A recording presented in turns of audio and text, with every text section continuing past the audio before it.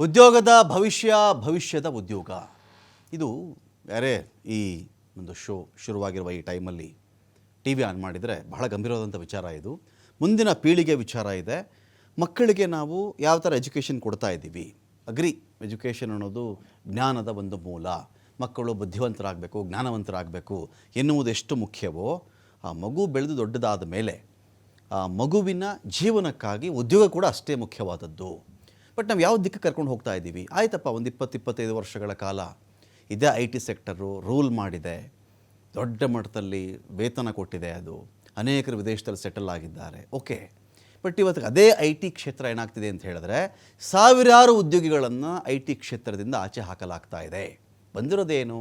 Artificial intelligence, ಕೃತಕ ಬುದ್ಧಿಮತ್ತೆ.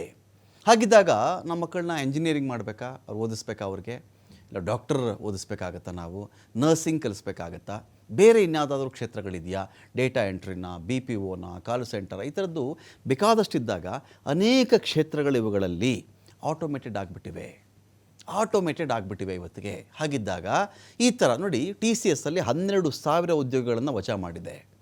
ಕೆಟ್ಟ ಉದ್ದೇಶನಾ? ನೋ, ಕೆಟ್ಟ ಉದ್ದೇಶ ಅಲ್ಲ.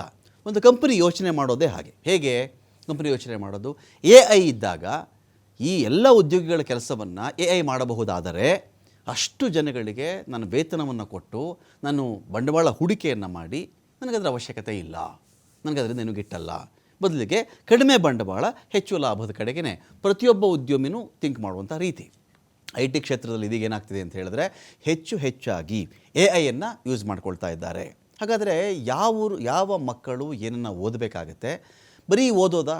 ನೋಡಿ, ಯೋಚನೆ ಮಾಡಿ. ಸುಮ್ಮನೆ ಒಂದು ಎಕ್ಸಾಂಪಲ್ಗೆ ಹೇಳ್ತೀನಿ. 10th ಪಾಸ್ ಆಗಿದ್ದಾರೆ, ಎಷ್ಟಪ್ಪ ಪರ್ಸೆಂಟೇಜ್ ಅಂತ ಕೇಳ್ತಾರೆ. ನಿಮ್ಮ ಮಗ ಎಷ್ಟು, ನಿಮ್ಮ ಮಗಳೆಷ್ಟು ಅಂತ ಕೇಳ್ಕೊಂಡು ಬಂದಾಗ 99, 98, 99.5 ಹೇಳ್ತಾರೆ, ಮಕ್ಕಳು ಹೇಳ್ತಾರೆ. 97, 90 ತೆಗೆದಿರೋನೇ ಕಡಿಮೆ ಅನ್ನೋ ರೀತಿಯಲ್ಲಿ ಒಂದು ಭಾವನೆ ಕ್ರಿಯೇಟ್ ಆಗಿಬಿಟ್ಟಿದೆ ಆಲ್ರೆಡಿ. ಸೊ ಹೀಗಿದ್ದಾಗ ಆಯ್ತಪ್ಪ, ಒಂದು ಶಾಲೆಯಿಂದನೇ 60 ಜನ ಆ ಥರ ಆಚೆ ಬಂದರು, ಎಲ್ಲರೂ 95 ಆ್ಯಂಡ್ ಅಬೋವ್ನೇ. ಕೆಲಸ ಯಾರು ಕೊಡ್ತಾರೆ? ಕಂಪನಿ ಒಂದು ಕೆಲಸವನ್ನು ಯಾರು ಕೊಡಬೇಕು? ಸೆಕೆಂಡ್ PUC ಯಾರು ಕೊಡಬೇಕು? ಎಂಜಿನಿಯರಿಂಗ್ ಯಾರು ಕೊಡಬೇಕು ಅಂತ ಬಂದಾಗ ಅವರಲ್ಲಿರ್ತಕ್ಕಂಥ ಸ್ಕಿಲ್ ಎಷ್ಟು ಮ್ಯಾಟರ್ ಆಗುತ್ತೆ. ಅತಿ ದೊಡ್ಡ ಐ ಟಿ ಕಂಪನಿ 12,000 ಜನಗಳನ್ನು ಆಚೆ ಕಳಿಸಿದೆ ಇದೀಗ. ಇನ್ನೊಂದು ಕಡೆ ನಾವು ಚೆಕ್ ಮಾಡ್ಕೊಂಡಾಗ ಇದೇ ರೀತಿಯಲ್ಲಿ ಬರೀ ಒಂದು ಕಂಪನಿ ಬಗ್ಗೆ ನಾವಿಲ್ಲಿ ಮಾತಾಡ್ತಾ ಇಲ್ಲ. ಕೃತಿವಾಸನ್ ಘೋಷಣೆ ಮಾಡ್ತಾರೆ, TCSನ CEO ಅವರು, ಜಾಗತಿಕ ಅನಿಶ್ಚಿತ ಪರಿಸ್ಥಿತಿ ಇದೆ ಇಲ್ಲಿ, ಒಂದು ಕೌಶಲ್ಯ ಜೊತೆಗೆ ಎ ಐ ಕೂಡ ಅಲ್ಲಿ ಮ್ಯಾಚ್ ಆಗಬೇಕಾಗತ್ತೆ ಇದೆಲ್ಲ ಮಾತಾಡಿದ್ದಾರಲ್ಲ, ಅಲ್ಲಿ ಒಂದು ವಜಾನೆ ಅನಿವಾರ್ಯ ಅಂತ. ಪ್ರಸ್ತುತ 6,13,069 ಉದ್ಯೋಗಿಗಳನ್ನು ಅದು ಹೊಂದಿದೆ. ಇದರಲ್ಲಿ 2% ಅಷ್ಟು ಉದ್ಯೋಗಿಗಳನ್ನು ಮನೆ ಕಳಿಸ್ತಾ ಇರೋದಲ್ಲಿ. ತುಂಬ ಕಠಿಣ ನಿರ್ಧಾರಗಳಲ್ಲಿ ಇದು ಕೂಡ ಒಂದು ಅಂತ ಹೇಳ್ತಾ ಇದ್ದಾರೆ. ಜೊತೆಗೆ ಇನ್ನೊಂದು ಕಡೆ ನಾವು ಚೆಕ್ ಮಾಡಿದ್ರೆ ಬೇರೆ ವಲಯದವು ಕೂಡ, ಏನು ಬರೀ TCS ಅಲ್ಲ, ಅನೇಕ ಕಂಪನಿಗಳು ಈ ಥರದೊಂದು ನಿರ್ಧಾರಕ್ಕೆ ಬಂದುಬಿಟ್ಟಿವೆ. ಸೊ ಹಾಗಾಗಿ ಇಲ್ಲಿ ಏನು ಮಾಡಬೇಕಾಗತ್ತೆ? ಕ್ಯಾಶಿಯರ್ ಹುದ್ದೆಗಳ ಕಥೆ ಏನಾಗುತ್ತೆ? ಟೆಲಿಮಾರ್ಕೆಟಿಂಗ್ ಏನಾಗುತ್ತೆ? ಇನ್ನೊಂದು ಲೆಕ್ಕಪತ್ರ ನಿರ್ವಹಣೆಯಲ್ಲಿ AI ಬಂದರೆ ಅವಾಗೇನಾಗುತ್ತೆ? CAಗಳ ಕೆಲಸ ಏನಾಗಬಹುದು? ಈ ಥರದ್ದೆಲ್ಲ ವಿಚಾರಕ್ಕೆ ಸಂಬಂಧಪಟ್ಟಂತೆ ಡಿಬೇಟ್ ಸ್ಟಾರ್ಟ್ ಮಾಡ್ತಾ ಇದ್ದೀನಿ. ಪಾಲ್ಗೊಳ್ಳೋದಕ್ಕೆ ನಮ್ಮೊಂದಿಗೆ ಇಲ್ಲಿ ವಿಜಯಶಂಕರ್ ಅವರಿದ್ದಾರೆ, ಸೈಬರ್ ತಜ್ಞರು. ಸ್ವಾಗತ ನಿಮಗೆ ವಿಜಯಶಂಕರ್ ಸರ್ ಈ ಒಂದು ಡಿಬೇಟ್ಗೆ. ಇನ್ನೊಂದು ಕಡೆ ನಮ್ಮನ್ನು ಡಾಕ್ಟರ್ ಅನಂತ್ ಕೊಪ್ಪರ್ ಅವರು ಜಾಯ್ನ್ ಆಗ್ತಾ ಇದ್ದಾರೆ, ಡೇಟಾ ಅನಾಲಿಸ್ಟ್ ಇದ್ದಾರೆ, ಇವರು ವಾಣಿಜ್ಯೋದ್ಯಮಿ ಕೂಡ ಹೌದು. ಸ್ವಾಗತ ನಿಮಗೆ ಡಾಕ್ಟರ್ ಅನಂತ್ ಕೊಪ್ಪರ್ ಅವರೇ. ಫೈನ್, ನಾನು ಮಾತಾಡ್ತೀನಿ. ಇದೀಗ ನಾನು ವಿಜಯಶಂಕರ್ ಸರ್, ಈಗ ಎ ಐ ಬಂತು ಅಂತ ಹೇಳಿ ಎ ಐ ಇಡೀ ಉದ್ಯೋಗಗಳನ್ನು ಹಾಳು ಮಾಡ್ಕೊಂಡು ಹೋಗುತ್ತಾ, ಅಥವಾ ಎ ಐ ಬಂದ ಮೇಲೂ ಕೂಡ ಇನ್ನೂ ಕಲಿಯೋಕ್ಕೇನೋ ಇದೆ, ಅದು ಇನ್ನೊಂದು ಹೊಸ ವಲಯವನ್ನು ಸೃಷ್ಟಿ ಮಾಡುತ್ತಾ ಅಂತ ಒಂದು ಪ್ರಶ್ನೆ ಇದೆ. ಈಗ ನಮ್ಮದೊಂಥರ ಸಾಂಪ್ರದಾಯಿಕ ಒಂದು ಎಜುಕೇಷನ್ ಸಿಸ್ಟಮ್ ಮಾಡ್ಕೊಂಡು ಬಂದಿದ್ದೀವಿ ನಾವು. ಪಠ್ಯಕ್ರಮಗಳು SLC ಓದಬೇಕು, PUC ಓದಬೇಕು, ಆನಂತರ JEE ಬರೀಬೇಕು, ಅದನ್ನು ಎಕ್ಸಾಮ್ ಬರೀಬೇಕು, ಇನ್ಯಾವುದೋ ನೀಟ್ ಬರೀಬೇಕು, ಡಾಕ್ಟ್ರ್ ಆಗಬೇಕು, ಇಂಜಿನಿಯರ್ ಆಗಬೇಕು, ಸಾಫ್ಟ್ವೇರ್ಗೆ ಹೋಗಬೇಕು, ಈ ಥರದ್ದೆಲ್ಲ ಇದೆಯಲ್ಲ ಸರ್. ಇವೆಲ್ಲವೂ ಕೂಡ ಒಂದು ತೊಡಕಾಗ್ಬಿಡುತ್ತಾ? ಈಗ ಒಂದೊಂದು ಪೆಟ್ಟು ಬಿದ್ದುಬಿಡಬಹುದಾ ಇವಾಗ ಅಂತ? ಈಗ ನಮ್ಮ ಇವಾಗ ಒಂದು ಕೆರಿಯರ್ ಸ್ಪ್ಯಾನ್ ಒಳಗೆ ಒಂದು 30-40 ವರ್ಷದಿಂದ ನೋಡಿದ್ರೆ ಈ ಇಂಡಸ್ಟ್ರಿಗಳಲ್ಲಿ ಬಹಳಷ್ಟು ಬದಲಾವಣೆಗಳಾಗಿದೆ. ಓಕೆ, ಈ ಕಂಪ್ಯೂಟರ್ ಬಂದಾಗಲೇ ಒಂದು ರೀತಿ ಒಂಥರ ಚರ್ನಿಂಗ್ ಅಂತ ಏನು ಹೇಳ್ತೀವಿ ಹಾಗೆ ಆಗಿತ್ತು. ನಾನು ಬ್ಯಾಂಕಿಂಗ್ಸ್ ಇದರಿಂದ ಬಂದಿರೋನು. ಸೊ ಬ್ಯಾಂಕ್ ಒಳಗೆ ಕಂಪ್ಯೂಟರೈಸೇಷನ್ ಎಲ್ಲ ಬಂದ ಮೇಲೆ ಏನಾಗಿತ್ತು ಅನ್ನೋದು ಒಂದು ಕೇಸ್ ಸ್ಟಡಿ ಥರ. ಓಕೆ, ಸೊ ಆವಾಗ ಈ ರೀತಿ ಒಂದು ಬದಲಾವಣೆಗಳು ಬಂದಾಗ ಈ ಟೆಕ್ನಾಲಜಿನೊಳಗೆ ಕೆಲವು ಇಂಡಸ್ಟ್ರಿಗಳು ಬಹಳಷ್ಟು ಒಂಥರ ಎಫೆಕ್ಟ್ ಆಗುತ್ತೆ. ಓಕೆ, ಈಗ ನಾವು ಒಂದು ಟರ್ನಿಂಗ್ ಪಾಯಿಂಟಲ್ಲಿ ಇದ್ದೀವಿ ನಮ್ಮ ಪರ್ಟಿಕ್ಯುಲರ್ಲಿ ಐ ಟಿ ಇಂಡಸ್ಟ್ರಿನೊಳಗೆ. ಈ ಆರ್ಟಿಫಿಷಿಯಲ್ ಇಂಟೆಲಿಜೆನ್ಸ್ ಅನ್ನೋದು ಬಹಳಷ್ಟು ಒಂಥರ ಚಾಲೆಂಜ್ ಆಗಿ ಬಂದಿದೆ ಅಂತ ನಾವು ಹೇಳ್ಬೋದು. ಒಂದು ರೀತಿಯಲ್ಲಿ ನೋಡಿದ್ರೆ ನಮ್ಮ ಈ ಬೇಸಿಕ್ ಆ್ಯಕ್ಟಿವಿಟೀಸ್ ಏನಿದೆ, ನಾವು ಫ್ರೆಷರ್ಸನ್ನು ತೊಗೊಳ್ತೀವಲ್ಲ, ನಾವು ಕಾಲೇಜಿಂದ ಬಂದಿರೋರನ್ನ, ಅವರು ಮಾಡೋ ಕೆಲಸಗಳನ್ನು ಕೋಡಿಂಗ್ ಅಂತ ಇಟ್ಕೊಳ್ಳಿ, ಅದನ್ನು ಒಂದು A I agent it can do it very easily. Okay, ಭಾಳ ಬೇಗ ಮಾಡುತ್ತೆ. ಸೊ ಈಗ ಈ ಫ್ರೆಷರ್ಸ್ ಪರ್ಟಿಕ್ಯುಲರ್ಲಿ ನೀವು ಹೇಳಿದ್ರೆ, ಇವಾಗ ಇಂಜಿನಿಯರಿಂಗ್ ಕಳಿಸ್ತಾ ಇದ್ದೀವಿ ನಾವು, 4 ವರ್ಷದ ಹಿಂದೆನೇ ಕಳಿಸಿದ್ದೀವಿ ನಾವು, ಇವತ್ತಲ್ಲ. ಓಕೆ, 4 ವರ್ಷದಿಂದ ಇವತ್ತಿನ ಸಿಚುವೇಶನ್ ಇರಲಿಲ್ಲ. ಅವಾಗ ನೀವು ಯಾವ ಎಕ್ಸ್ಪರ್ಟ್ನ ಕೇಳಿದ್ರು ಯಾರೂ ಕಂಪ್ಯೂಟರ್ ಸೈನ್ಸ್ ತೊಗೋಬೇಡ ಅಂತ ಹೇಳ್ತಾ ಇರಲಿಲ್ಲ. ಓಕೆ, ಕಂಪ್ಯೂಟರ್ ಸೈನ್ಸ್ ಒಳಗೆ ಜಾಸ್ತಿ ಜನ ಸೇರ್ತಾಯಿದ್ರು. 4 ವರ್ಷದೊಳಗೆ ಎಷ್ಟು ಬದಲಾವಣೆ ಆಗಿಬಿಟ್ಟಿದೆ. ಈಗ ಲಾಸ್ಟ್ 6 ತಿಂಗಳಿಂದ ಹೇಗೆ ಬದಲಾವಣೆ ಆಗ್ತಾ ಇದೆ ಅಂತಂದರೆ, ನಮ್ಗಳಿಗೇನೆ ಇವಾಗ ನಮಗೆ ಅದನ್ನು ಒಂದು ಫಾಲೋ ಮಾಡೋದು ಕಷ್ಟ ಆಗ್ಬಿಟ್ಟಿದೆ. Okay, so we are in a very special kind of situation. Computer ಬಂದಾಗಲೂ ಇಷ್ಟ ಆಗಿರಲಿಲ್ಲ. ಆವಾಗ ಒಂಥರ ಗ್ರೋತ್ ಇನ್ನು ಸ್ವಲ್ಪ ಸ್ಲೋ ಆಗಿತ್ತು, ಒಂದು ಸ್ವಲ್ಪ ನಾವು ಅಡ್ಜಸ್ಟ್ ಮಾಡ್ಕೊಳ್ಳೋಕೆ ಸರಿಗೆ ಆಗ್ತಿತ್ತು. ಸೊ ಬ್ಯಾಂಕಿಂಗು ಅದರೊಳಗೆಲ್ಲ ಜಾಬ್ ಲಾಸಸ್ ಆಗಲಿಲ್ಲ. ಕಂಪ್ಯೂಟರೈಸೇಷನ್ ಬಂದಮೇಲೂ ಒಂಥರ ಜಾಬ್ ಡಿಸ್ಪ್ಲೇಸ್ಮೆಂಟ್ ಅಂತೀವಿ, ಅಂದರೆ ಒಂದು ಕೆಲಸ ಬಿಟ್ಟು ಇನ್ನೊಂದು ತರಹ ಕೆಲಸ ಜನಗಳು ಮಾಡ್ಕೊಂಡು ಹೋದರು. ಇವಾಗ ಅಕೌಂಟ್ ಬುಕ್ ಬರೆಯೋದ್ರ ಬದಲು ಅವ್ರು ಮಾರ್ಕೆಟಿಂಗ್ ಮಾಡ್ತಿದ್ರು, ಅಥವಾ HR ಥರ ಮಾಡ್ತಿದ್ರು. ಈಗ ಇಲ್ಲಿ ಆ ರೀತಿಯ ಒಂದು ಟ್ರಾನ್ಸಿಷನ್ ಆಗುತ್ತೆ. ಸದ್ಯದೊಳಗೆ ಈಗ 1 ವರ್ಷ 2025 ಮೇ ಬಿ 26 ಲಕ್ಷಾಂತರ ಜನ ಕೆಲಸ ಕಳ್ಕೊಳ್ಳೋ ಚಾನ್ಸಸ್ ಇದೆ. ಓಕೆ, ಈಗ ನಾವು 1000-2000 ಅಂತ ಲೆಕ್ಕ ಹಾಕ್ತಾ ಇದ್ದೀವಿ. ಆದರೆ ಈ ವರ್ಷದ ಕೊನೆಯ ಅಷ್ಟೊತ್ತಿಗೆ ಬಹುಶಃ ಬೆಂಗಳೂರೊಳಗೇನೆ ಒಂದು ಅನದರ್ 25,000 ಕೆಲಸ ಹೋಗ್ಬೋದು, ಜಾಬ್ಲೆಸ್ ಆಗ್ಬೋದು. ಯಾರು ಈ ಥರ ಇವಾಗ ದೊಡ್ಡ ದೊಡ್ಡ ಕಂಪ್ನಿಗಳಲ್ಲೇ ಆಗ್ತಾ ಇದೆ. ಓಕೆ, ಯಾತಕ್ಕೆ ಆಗ್ತಾ ಇದೆ ಅಂತಂದರೆ, ಮಿಡ್ ಲೆವೆಲ್ ಪೀಪಲ್ಲು ಅವರು ಒಂದು ಈ AI ಯೂಸ್ ಮಾಡಿ ಅವರ ಕೈ ಕೆಳಗಡೆ ಇದ್ದ 10 ಜನದ ಕೆಲಸನ ಅವರು ಒಂದು ಕ್ಲಿಕ್ ಆಫ್ ಎ ಬಟನ್ನಲ್ಲಿ ಮಾಡೋ ಥರ ಆಗಿಬಿಟ್ಟಿದೆ. ಓಕೆ, ಆದ್ದರಿಂದ ಅದಕ್ಕೆ ನಾವು ಕಂಪ್ನಿ ಅಡಾಪ್ಟ್ ಮಾಡ್ಕೊಳ್ಳದೆ ಇದ್ದರೆ ಕಂಪ್ನಿ ಲಾಸ್ ಕಾಂಪಿಟೇಟಿವ್ನೆಸ್ ಕಡಿಮೆ ಆಗಿಬಿಡುತ್ತೆ. ಆದ್ದರಿಂದ ಕಂಪ್ನಿನವ್ರು ಮಾಡಲೇಬೇಕು, ಎಷ್ಟು ಇಷ್ಟ ಇಲ್ಲದೆ ಇದ್ರೂ ಮಾಡಲೇಬೇಕು. ಓಕೆ, ಸೊ ಇನ್ನು 1 ವರ್ಷದೊಳಗೆ ಬಹುಶಃ ಇದು ತಿರ್ಗಾ ಟರ್ನ್ ಆಗೋಕ್ಕೆ ಶುರು ಆಗುತ್ತೆ. ನಮ್ಮ ಎಕ್ಸ್ಪೆಕ್ಟೇಷನ್ ಏನು ಅಂದರೆ, ಒಂದು 2 ವರ್ಷದೊಳಗೆ ಈಗ 1 ಲಕ್ಷ ಜಾಬ್ ಹೋದರೆ ಮೇ ಬಿ 1,10,000 ಜಾಬ್ ಕ್ರಿಯೇಟ್ ಆಗುತ್ತೆ. ಓಕೆ, ಆದರೆ ಈಗ ಇದ್ದವರು ಒಂದು ಸ್ವಲ್ಪ ಬದಲಾವಣೆ ಮಾಡ್ಕೊಳ್ಳದೆ ಇದ್ದರೆ ಅವ್ರಿಗೆ ಹೊಸ ಕೆಲಸದಲ್ಲಿ ಮಾಡೋಕ್ಕಾಗಲ್ಲ. ನಾವೇನು ರೀಸ್ಕಿಲ್ಲಿಂಗ್ ಅಂತ ಹೇಳ್ತೀವಿ, ಅದನ್ನು ಮಾಡಬೇಕು. ಓಕೆ, ಅದಕ್ಕೆ ಒಂದು ಮನಸ್ಸಿನೊಳಗೆ ಒಂದು ಹೊಸದನ್ನು ಕಲ್ತ್ಕೊಳ್ಬೇಕು ಅನ್ನೋದು ಒಂದು ಇರಬೇಕು. ಅಡಾಪ್ಟೇಷನ್ ಬೇಕಾಗುತ್ತೆ. ಪ್ಯಾನಿಕ್ ಆಗಬಾರ್ದು. ಈಗ ಮಾತಾಡ್ತೀನಿ ಅನಂತ್ ಕೊಪ್ಪರ್ ಅವರೀಗ ಕೆಲವು ಇಲ್ಲಿ ಯಾರನ್ನು ಹೆದರಿಸೋ ದೃಷ್ಟಿಯಿಂದನೂ ಯಾವುದೋ ಉದ್ಯೋಗಿಗಳು ಜೀವನ ಕಂಡುಕೊಂಡಿರ್ತಾರೆ, ಅವರಿಗೆ ಗಾಬರಿ ಹುಟ್ಟಿಸ್ಬಿಡ್ಬೇಕು ನಾವು. ಅದ್ಯಾವುದು ಉದ್ದೇಶ ಇಲ್ಲ ಈ ಡಿಬೇಟ್ದು. ಅಟ್ಲೀಸ್ಟ್ ನಮ್ಮ ಡಿಬೇಟಿಂದ ಒಂದು 4 ಜನಕ್ಕೆ ಹೆಲ್ಪ್ ಆಗೋದಾದರೆ ನಾನು ಬಹಳ ಖುಷಿ ಪಡ್ತೀನಿ. ಈ ಒಂದು ವಿಚಾರಕ್ಕೆ ಸಂಬಂಧಪಟ್ಟಂತೆ ಏನು ಮಾಡಬೇಕು ಅಂತ ಒಂದು ಪ್ರಶ್ನೆ ಬರುತ್ತೆ. ಈ ಥರದ್ದು ಈಗ ಉದ್ಯೋಗಗಳಿಗೆ ಅಪಾಯ ಅಂತ ನೋಡಿದಾಗ ಸರ್, ಈ ಡೇಟಾ ಎಂಟ್ರಿ ಅವ್ರಿಗೆ ಸ್ವಲ್ಪ ಕಷ್ಟ ಆಗುತ್ತೆ ಅಂತ ಇದೆ. ಇಲ್ಲಿ ಕ್ಯಾಶಿಯರ್ಗಳಿಗೆ, ಟೆಲಿಮಾರ್ಕೆಟಿಂಗ್ ಹುದ್ದೆಗಳಿಗೆ ಒಂದು ಶಾಕ್ ಇದೆ ಅಂತ ಹೇಳ್ತಾರೆ. ಮೂಲ ಲೆಕ್ಕಪತ್ರ ನಿರ್ವಹಣೆಯಲ್ಲಿ AI ಎಂಟ್ರಿ ಆಗಿಬಿಟ್ಟಿದೆ ಅಂತ ಇದೆ. ಸ್ವಯಂಚಾಲಿತ ಉತ್ಪಾದನೆ ಉದ್ಯೋಗಗಳಿಗೆ ಕತ್ತರಿ ಬೀಳಬಹುದು ಅಂತ ಇದೆ. ಇದು ಅಪಾಯ ಇರ್ತಕ್ಕಂಥ ಹುದ್ದೆಗಳು ಅಂತ. ಅಂದರೆ ಪ್ರೈಮರಿ ಇಷ್ಟಕ್ಕೆ ಅಂತ ನಾನು ಹೇಳ್ತಿಲ್ಲ, ಇನ್ನೂ ಅನೇಕ ಇದು ಹೆಂಗಂದರೆ ಈಗಷ್ಟೇ ಎಂಟ್ರಿ ಆಗಿದೆಯಲ್ಲ, ಯಾವ್ಯಾವ ಉದ್ಯೋಗವನ್ನು ಯಾವ ಥರ ತಿಂದುಕೊಳ್ಳುತ್ತೆ ನಮ್ಗೆ ಗೊತ್ತಿಲ್ಲ, ಯಾವ ಉದ್ಯೋಗನ ಯಾವ ಥರ ಸೃಷ್ಟಿ ಮಾಡುತ್ತೆ ಅಂತ ಕೂಡ ನಮ್ಗೆ ಸರಿಯಾಗಿನೂ ಕ್ಲಾರಿಟಿ ಇಲ್ಲ. ಪೂರ್ತಿ ನಮ್ಗೆ 100% ಕ್ಲಾರಿಟಿ ಇದೆ ಅಂದರೆ ಇಲ್ಲ ಅಂತ ನಾನು ಹೇಳ್ತೀನಿ.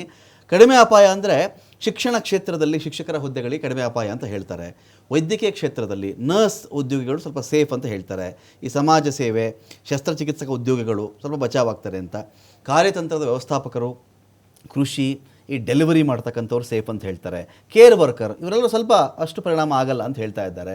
ಸೊ ಎಜುಕೇಷನ್ ದೃಷ್ಟಿಯಿಂದ ಯಾರಾದರೂ ಪೇರೆಂಟ್ಸ್ ನೋಡ್ತಾ ಇದ್ದರೆ ಯಾವ ಕಡೆಗೆ ಮಕ್ಕಳನ್ನು ಇದು ಮಾಡಬೇಕು, ಪೇರೆಂಟ್ಸು ಕೂಡ ಕೆಲಸದಲ್ಲಿದ್ದರೆ ಅವ್ರು ಹೇಗೆ ಅಪ್ಗ್ರೇಡ್ ಆಗಬೇಕು ಅಂತ ಅನಂತವ್ರೆ?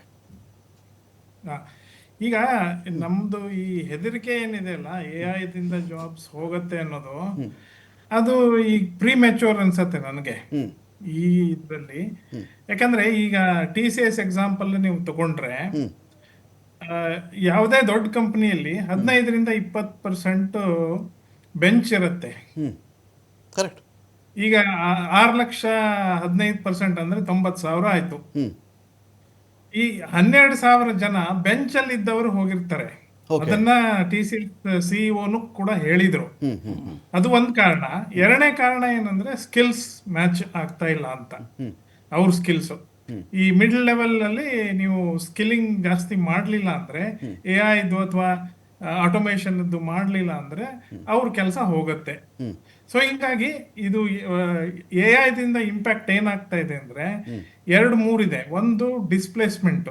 ಈಗ ಕೋಡಿಂಗ್ ಯಾರು ಮಾಡೋರು ಇದ್ರೆ ಅವ್ರಿಗೆ ಕೋಡಿಂಗ್ ಮಾಡಕ್ಕೆ ಬೇಡ, ಯಾಕಂದ್ರೆ ನಮ್ಗೆ AI ಏಜೆಂಟ್ಸ್ ಮಾಡ್ತವೆ. ಬಟ್ AI ಏಜೆಂಟ್ಸ್ ಕೋಡ್ ಮಾಡ್ತವೆ, ಅದಕ್ಕೆ ನೀವು ಇನ್ಪುಟ್ಸ್ ಕೊಡ್ಬೇಕಲ್ವಾ, ಓಕೆ. ಯಾವ ತರ ಮಾಡ್ಬೇಕು ಅಂತ. ಅದಕ್ಕೆ ಜನ ಬೇಕು.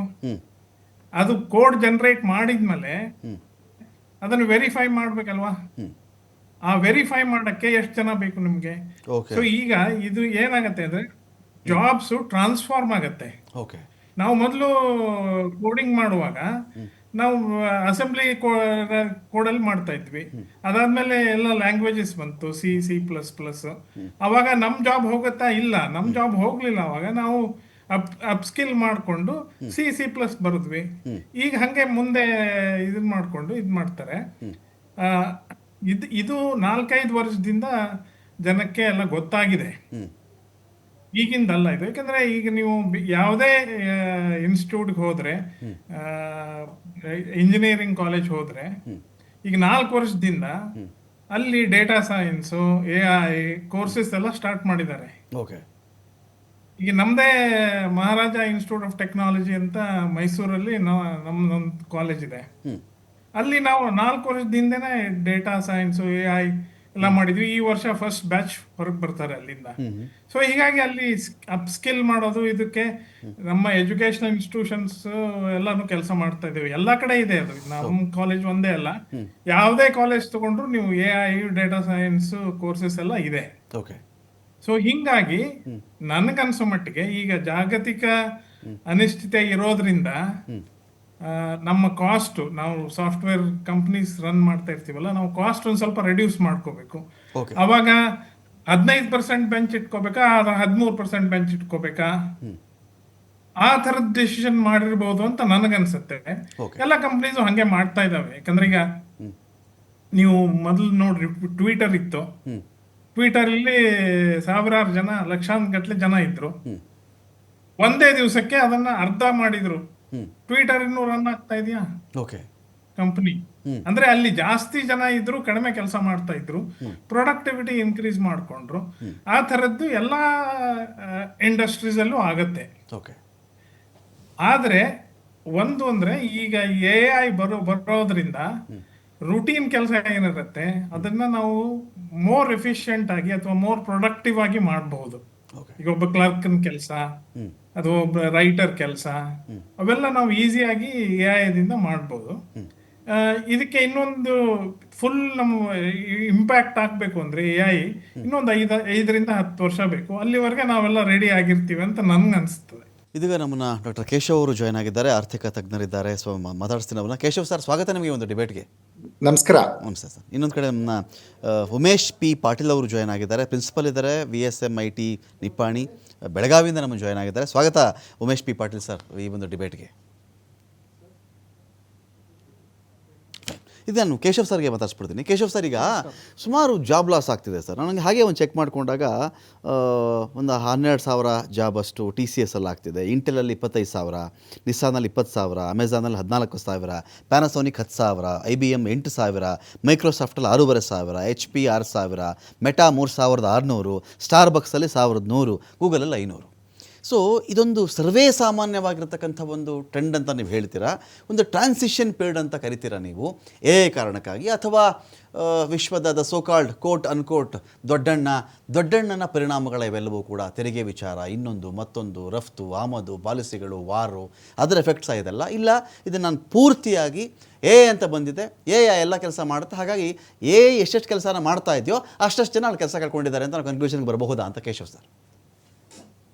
ನನಗೆ ಎಲ್ಲ ನೀವು ಹೇಳಿದ ಅಷ್ಟು ಫ್ಯಾಕ್ಟರ್ಸ್ ಚೆನ್ನಾಗಿ ಲಿಸ್ಟ್ ಮಾಡಿದ್ರಿ Ramakant, I really like it. ಅಷ್ಟು ಫ್ಯಾಕ್ಟರ್ಗಳು ಇದು ಕಾರಣ ಆಗಿದೆ. ಒಂದು ಟ್ರಂಪ್ ಫ್ಯಾಕ್ಟರ್ ಇರ್ಬೋದು, ಅದು ಅನ್ಸರ್ಟನಿಟಿ ಇರ್ಬೋದು, ಇನ್ನೊಂದು AI ಕೂಡ ಕಾರಣ ಆಗುತ್ತೆ. ಈಗ AI ಬಂದಾಗ ಇವಾಗ ಯಾವುದೇ ಹೊಸ ತಂತ್ರಜ್ಞಾನ ಬಂದಾಗ ಸಹಜವಾಗಿ ಈ ತರದ ಪ್ರಕ್ರಿಯೆ ಆಗಿದೆ. ನನಗೆ ಇನ್ನೂ ನೆನಪಿದೆ, ಕಂಪ್ಯೂಟರ್ಸ್ ಹೊಸದಾಗಿ ಬಂದಾಗ ಅನೇಕ ಇದನ್ನ ಮಳಿಗೆಗಳ ಮೇಲೆ ರೈಡ್ ಆಯ್ತು. ಈ ಕಂಪ್ಯೂಟರ್ಸ್ ಇದಾದಾಗ ನಮ್ಗೆಲ್ಲ ಅನ್ಎಂಪ್ಲಾಯ್ಮೆಂಟ್ ಹೆಚ್ಚಾಗತ್ತೆ ಅಂತ. ಇದೊಂದು ಟ್ರಾನ್ಸಿಷನ್ ಪೀರಿಯಡ್ ಅಂತ ಒಂದು ಒಳ್ಳೆ ಪದವನ್ನ ನೀವು ಬಳಸಿದ್ ನನಗೆ ಇಷ್ಟ ಆಯ್ತು. ಯಾಕೆಂತಂದ್ರೆ ಆ ಮೂಮೆಂಟ್ಗೆ ಆ ಫ್ರಿಕ್ಷನಲ್ ಆಗಿರುತ್ತೆ. ಈಗ ಹೊಸದೊಂದು ತಂತ್ರಜ್ಞಾನ ಬಂದಾಗ ಈ ತಂತ್ರಜ್ಞಾನದಿಂದ ಒಂದು ಎಫಿಷಿಯಂಟ್ ಆಗಿ ಒಂದು ಪ್ರೊಡಕ್ಷನ್ ಪ್ರೋಸೆಸ್ ನ ಮಾಡ್ತೀವಿ. ಈಗ AI ಇಂದ ಇದೊಂದಷ್ಟು ಜನ ಅಗತ್ಯ ಇಲ್ಲ ಈ ಪ್ರೋಸೆಸ್ಗೆ ಅನ್ನುವಾಗ ಅವ್ರನ್ನ ತೆಗ್ದಾಕ್ತಾರೆ. ಈಗ ಅವರು ಮತ್ತಷ್ಟು ಡೆವಲಪ್ ಆಗ್ತಾರೆ. ನೆಕ್ಸ್ಟ್ ಇದು ಒಂದು ಟ್ರಾನ್ಸಿಷನ್ ಪೀರಿಯಡ್ ಫೇಸ್ ರೀಚ್ ಆಗ್ತಿದ್ದಂಗೆ ನಿಮ್ಗೆ ಇನ್ನೊಂದು ಬೇಕಾಗತ್ತೆ. ಇವ್ರ ಅಗತ್ಯ ಯಾವಾಗ ಬೇಕಾಗತ್ತೆ ಅಂದ್ರೆ ಇವ್ರು ಈ ತಂತ್ರಜ್ಞಾನವನ್ನು ಬಳಸ್ಕೊಂಡು ಹೊಸದೇನಾದ್ರೂ ಕೊಡ್ಲಿಕ್ಕೆ ಸಾಧ್ಯ ಆದಾಗ. ಅದು ನಾವು ಎಜುಕೇಶನಲ್ ಈಗ ತರ್ತಾ ಇದೀವಿ, ಬಟ್ ಇನ್ನಷ್ಟು ಈಗ ಅದು ತುಂಬಾ ಫಾಸ್ಟ್ ಆಗ್ತದೆ. ಚೇಂಜಸ್ ಎಷ್ಟು ಫಾಸ್ಟ್ ಆಗಿದೆ ಅಂದ್ರೆ ಬೆಳಗ್ಗಿನಷ್ಟೊತ್ತಿಗೆ ಇನ್ನೊಂದು ಹೊಸದೇನೋ ಒಂದು ಬಂದಿರುತ್ತೆ. ಸೊ ಹಾಗಾಗಿ ಚೇಂಜಸ್ಗೆ, ನಮ್ಮ ಕ್ರಿಟಿಕಲ್ ಥಿಂಕಿಂಗ್ಗೆ, ಫ್ಯೂಚರ್ ಅಲ್ಲಿ ಪ್ರಾಬ್ಲಮ್ ಸಾಲ್ವಿಂಗ್ಗೆ ಈಗ ಹೆಚ್ಚು ಒತ್ತು ಕೊಟ್ಟು ಯಾರು ಕಲಿತಾ ಇದ್ದಾರೆ ಅವ್ರಿಗೆ ಜಾಬ್ಸ್ ಕಂಟಿನ್ಯೂಸ್ ಆಗಿ ಸಿಗ್ತಾ ಹೋಗುತ್ತೆ. ಸೊ ಈ ಒಂದು ಫೇಸ್ ನ ಇವರು ದಾಟ್ಕೊಂಡ್ರೆ ಖಂಡಿತವಾಗಿಯೂ ಅವ್ರಿಗೂ ಎಂಪ್ಲಾಯ್ಮೆಂಟ್ ಸಿಗುತ್ತೆ. ನನ್ಗೆ ಇದು ILO ಅವ್ರದ್ದು ಒಂದು 5 ವರ್ಷದ ಹಿಂದೆನೆ ಒಂದು ರಿಪೋರ್ಟ್ ಬಂದಿತ್ತು. ILO ರಿಪೋರ್ಟ್ ಅಲ್ಲಿ ಏನ್ ಹೇಳ್ತಾ ಇತ್ತು ಅಂದ್ರೆ 30% ಜಾಬ್ಸ್ ಇದರಿಂದ ಹೋಗುತ್ತೆ ಅಂತ, 30 to 40% ಜಾಬ್ಸ್ ಹೋಗುತ್ತೆ ಅಂತ ಹೇಳಿದ್ರು ಅವರು. ಅಂದ್ರೆ 30 to 40% ಜಾಬ್ಸ್ ಹೋದ್ರೆ ಅದರಷ್ಟೇ ಜಾಬ್ಸ್ ಕ್ರಿಯೇಟ್ ಆಗತ್ತೆ ಯಾರು ಈ AI ಇಂದ ಉಪಯೋಗಿಸ್ಕೊಂಡು ಹೊಸದನ್ನ ತಯಾರಿಸ್ಲಿಕ್ಕೆ ಸಾಧ್ಯ ಇದೆ ಅವ್ರಿಗೆ ಅಂತ. ಈಗ ಎಕ್ಸಿಸ್ಟಿಂಗ್ ಪ್ರೊಡಕ್ಷನ್ ಪ್ರೋಸೆಸ್ ಅಲ್ಲಿ ನಾನು ಇವಾಗ ಏನೋ ಒಂದು ಕಂಟೆಂಟ್ ರೈಟರ್ ಆಗಿದ್ದೀನಿ, ಇಲ್ಲ ಏನೋ ಒಂದು ಪಾಠ ಮಾಡ್ತಿದ್ದೀನಿ, ಈಗ ಅದನ್ನ ಒಂದು AI ಮೂಲಕನೇ ಮಾಡ್ಲಿಕ್ಕೆ ಸಾಧ್ಯ ಆಗೋದಾದ್ರೆ, ಇನ್ನು ಎಫಿಷಿಯಂಟ್ ಆಗಿ ಮಾಡಕ್ ಸಾಧ್ಯ ಆದ್ರೆ ನನ್ನನ್ನು ಅವರು ತೆಗಿತಾರೆ, ನಿನ್ನ ಅಗತ್ಯ ಇಲ್ಲ ಇವಾಗ ಅಂತ. ನಾನು ಅದಕ್ಕಿಂತ ಹೊಸದಾಗಿ ಕೊಡ್ಲಿಕ್ಕೆ ಸಾಧ್ಯ ಆದಾಗ ಸಿಸ್ಟಮ್ ನನ್ನ ಅಬ್ಸರ್ವ್ ಮಾಡು. Okay, fine. ನಾನೀಗ ಉಮೇಶ್ ಸರ್, ಪ್ರಿನ್ಸಿಪಲ್ ಇದ್ದೀರಿ ಸರ್ ನೀವು. ಈಗ ಈ ಶೋನ ಅನೇಕ ಪೇರೆಂಟ್ಸ್ ನೋಡ್ತಾ ಇರ್ತಾರೆ. ಪೇರೆಂಟ್ಸ್ ಕೂಡ ಒಂದು ವರ್ಕರ್ ಇರ್ತಾರೆ ಅಂತ ನಾವು ಭಾವಿಸೋಣ. ಅವರು ಏನೋ ಒಂದು ಕೆಲಸ ಮಾಡ್ಕೊಂಡು ಜೀವನ ಮಾಡ್ತಿರ್ತಾರೆ, ಮಕ್ಕಳಿಗೆ ಓದಿಸ್ತಾ ಇರ್ತಾರೆ. ಎಲ್ರಿಗೂ ಆಸೆ ಸರ್, ನನ್ನ ಮಗ ಏನು ಫಸ್ಟು ಈಗ middle class, lower middle class ಏನಂತ ಹೇಳಿದ್ರೆ, ನನ್ನ ಮಗ ಓದ್ಬಿಡ್ಬೇಕು, ಮಗಳು ಓದಬೇಕು, ದೊಡ್ಡ ಇಂಜಿನಿಯರ್ ಆಗಬೇಕು, ದೊಡ್ಡ ಡಾಕ್ಟ್ರ್ ಆಗಬೇಕು, ದೊಡ್ಡ ಕಂಪನಿಗಳಲ್ಲಿ ಕೆಲಸ ಮಾಡಬೇಕು, JEE ಎಲ್ಲ ಪಾಸ್ ಮಾಡಬೇಕು, IAS ಪಾಸ್ ಮಾಡಿಬಿಡ್ಬೇಕು, ಇಲ್ಲ ಈ ಕಡೆ ಇಂಜಿನಿಯರ್ ಆಗಿಬಿಡ್ಬೇಕು, ಎಲ್ಲ ಹೋಗಿ ಫಾರಿನಲ್ಲಿ ಸೆಟ್ಲ್ ಆಗಿಬಿಡ್ಬೇಕು, ಅಲ್ಲ ಮನೆ ತೊಗೊಂಡ್ಬಿಡ್ಬೇಕು, ಮದುವೆ ಮಾಡಿಬಿಡ್ಬೇಕು ಅಲ್ವಾ ಸರ್? ಈಗ ಈ ಒಂದು ಕೋರ್ಸ್ ಅಂತ ಬಂದಾಗ ಸರ್, ಈಗಿರೋ ಈ ಸ್ಥಿತ್ಯಂತರದ ಕಾಲ, ಟ್ರಾನ್ಸಿಷನ್ ಪೀರಿಯಡ್ ಅಂತ ನಾನು ಕರೆದ್ನಲ್ಲ, ಸ್ಥಿತ್ಯಂತರ ಕಾಲದಲ್ಲಿ ಒಂಥರ ಎಲ್ಲರೂ ಕನ್ಫ್ಯೂಷನ್ ಸ್ಟೇಟಲ್ಲೇ ಇವತ್ತು ಇದ್ದಾರಾ, ಅಥವಾ ಎಜುಕೇಷನ್ ಇನ್ಸ್ಟಿಟ್ಯೂಟ್ಗಳಿಗೆ ಒಂದು ಕ್ಲಾರಿಟಿ ಸಿಕ್ಕಿಬಿಟ್ಟಿದೆಯಾ, ಮುಂದಿನ ಭವಿಷ್ಯ ಇದರಲ್ಲಿದೆ, ನಾನು ಇದನ್ನು ಹೇಳ್ಕೊಡ್ಬೇಕು, ಈ ಕಡೆಗೆ ಮಕ್ಕಳನ್ನು ಕರ್ಕೊಂಡು ಬರಬೇಕು ಅಂತೇಳಿ ಪ್ರಾಮಾಣಿಕವಾಗಿ ನಾನು ಕೇಳ್ತಾ ಇದ್ದೀನಿ. ಬಿಸ್ನೆಸ್ ಮೈಂಡ್ ಬೇರೆ, ಕರೆದು ಬಿಡೋಣ, ಹೇಳ್ಕೊಟ್ಬಿಡ್ತೀನಿ, ನೀನು ಪಾರಂಗತ ಮಾಡಿಬಿಡ್ತೀನಿ, ಇದು ಬೇರೆ. ಪ್ರಾಮಾಣಿಕವಾಗಿ ಅಂತ ಬಂದಾಗ ನಾವು ಈ AI ಹೋಗ್ತಿರ್ತಕ್ಕಂಥ ಸ್ಪೀಡನ್ನ ಕ್ಯಾಚ್ ಮಾಡಿದ್ದೀವಾ? ಇದು ಯಾವ ದಿಕ್ಕು ನಮ್ಗೆ ಕರ್ಕೊಂಡು ಹೋಗುತ್ತೆ, ಎಲ್ಲಿ ಜಾಬ್ ಜನ್ರೇಟ್ ಆಗುತ್ತೆ, ಇದನ್ನು ನಾವು ಕ್ಯಾಚ್ ಮಾಡಿದ್ದೀವಾ ಉಮೇಶ್ ಸರ್?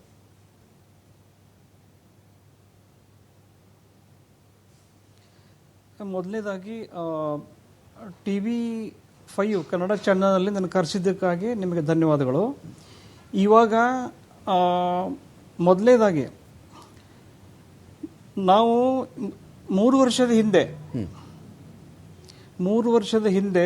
ಅಲ್ಲಿ ಹೋಗ್ತಾ ಇದ್ದೀನಿ ಬರ್ತಿದ್ದೆ, ಮಾತ್ರ ಕೇಳಿಸ್ತಾ ಇದೆ. 3 ವರ್ಷದ ಹಿಂದೆ ನಾವು ನಮ್ಮ ಇಂಜಿನಿಯರಿಂಗ್ ಕಾಲೇಜಲ್ಲಿ ಈ ಬ್ರ್ಯಾಂಚನ್ನು ನಾವು 3 ವರ್ಷಗಳ ಹಿಂದೆ ನಾವು ನಮ್ಮ ಕಾಲೇಜಲ್ಲಿ ಈ ಬ್ರ್ಯಾಂಚನ್ನು ನಾವು AICT ಮುಖಾಂತರ ತೊಗೊಂಡಿದ್ದೀವಿ. ಒಂದು. ಎರಡನೇದು, ಇದು ಆರ್ಟಿಫಿಷಿಯಲ್ ಇಂಟೆಲಿಜೆನ್ಸ್, ಕೃತಕ ಬುದ್ಧಿಮತ್ತೆ, ಇದು ಎಲ್ಲ ಡೊಮೇನ್, ಎಲ್ಲ ಫೀಲ್ಡಲ್ಲಿ ಇದು ಪೆನೆಟ್ರೇಟ್ ಆಗಿದೆ. ಇದರಲ್ಲಿ ಒಂದು ಚಾಲೆಂಜ್ ಏನಪ್ಪ ಅಂದರೆ ನಾವು ಇದಕ್ಕೆ ಟೆಕ್ಟಾನಿಕ್ ಶಿಫ್ಟ್ ಅಂತ ಕರಿಬಹುದು. ಟೆಕ್ಟಾನಿಕ್ ಶಿಫ್ಟ್ ಅಂತಂದರೆ ಇವಾಗ ಇಂಡಸ್ಟ್ರಿಯಲ್ಲಿ ಯಾವ ರೀತಿಯಾಗಿ ರಿಕ್ವೈರ್ಮೆಂಟ್ ಇದೆ ಆ ಲೆವೆಲ್ಗೆ ಸ್ಕಿಲ್ ಸೆಟ್ಸ್ ನಮ್ಮ ಹುಡುಗರಲ್ಲಿ ಇರೋದಿಲ್ಲ. ಯಾಕೆ ಅಂತ ನೀವು ಕೇಳಿದ್ರೆ, ಆ ಸ್ಕಿಲ್ ಸೆಟ್ಟು ಇಷ್ಟು ಸ್ಪೀಡ್ ಆಗಿ ಅದು ಅವರಿಗೆ ಬೇಕಾಗಿದೆ, ಇಂಡಸ್ಟ್ರಿ ಬೇಕಾಗಿದೆ ಅಂದರೆ ಆ ಸ್ಕಿಲ್ ಸೆಟ್ಟಲ್ಲಿ ಟ್ರೈನ್ ಮಾಡೋರು ಕೂಡ ಅವ್ರದ್ದು ಶಾರ್ಟೇಜ್ ಇದೆ ಇವಾಗ. ಓಕೆ. ಒಂದು ಅಂದರೆ ಇದು ನಾವು ನಮಗೆ ಇದು ಒಂದು ಚಾಲೆಂಜ್ ಆಗಿದೆ, ಅಂದರೆ ಇಂಜಿನಿಯರಿಂಗ್ ಕಾಲೇಜ್ ನಡೆಸೋರಿಗೆ. ಎರಡನೇದಾಗಿ ನಿಮ್ದು ಇನ್ನೊಂದು ಪ್ರಶ್ನೆ ಇತ್ತು, ಇದರಿಂದ ಏನಾದರೂ ಜಾಬ್ ಕಟ್ ಆಗೋದು ಒಂದು ಇದು. ಈ ವಿಷಯದ ಮೇಲೆ ಜಾಬ್ ಅಂದರೆ ಜಾಬ್ ಕಟ್ ಆಗೋದಂತ ಗ್ಯಾರಂಟಿ ಇದೆ. ಯಾಕಂತಂದರೆ ಇವಾಗ ಇಂಡಸ್ಟ್ರಿಯಲ್ಲಿ ಆರ್ಟಿಫಿಷಿಯಲ್ ಇಂಟೆಲಿಜೆನ್ಸ್ ರಿಲೇಟೆಡ್ ಏನು ವರ್ಕ್ ಇದೆಯಲ್ಲ ಅದು ಜಾಸ್ತಿ ಯಾಕಾಗಿದೆ, ಅದು ಜಾಸ್ತಿ ಆಗಿರೋದು ಎಲ್ಲ ಆಟೋಮೇಷನ್ ಆಗುತ್ತೆ. ಅದರಿಂದ ತುಂಬ ಲಾಭ ಇದೆ, ಅದರಿಂದ ತುಂಬ ಅಡ್ವಾಂಟೇಜಸ್ ತುಂಬ ಇದೆ ಒಂದು.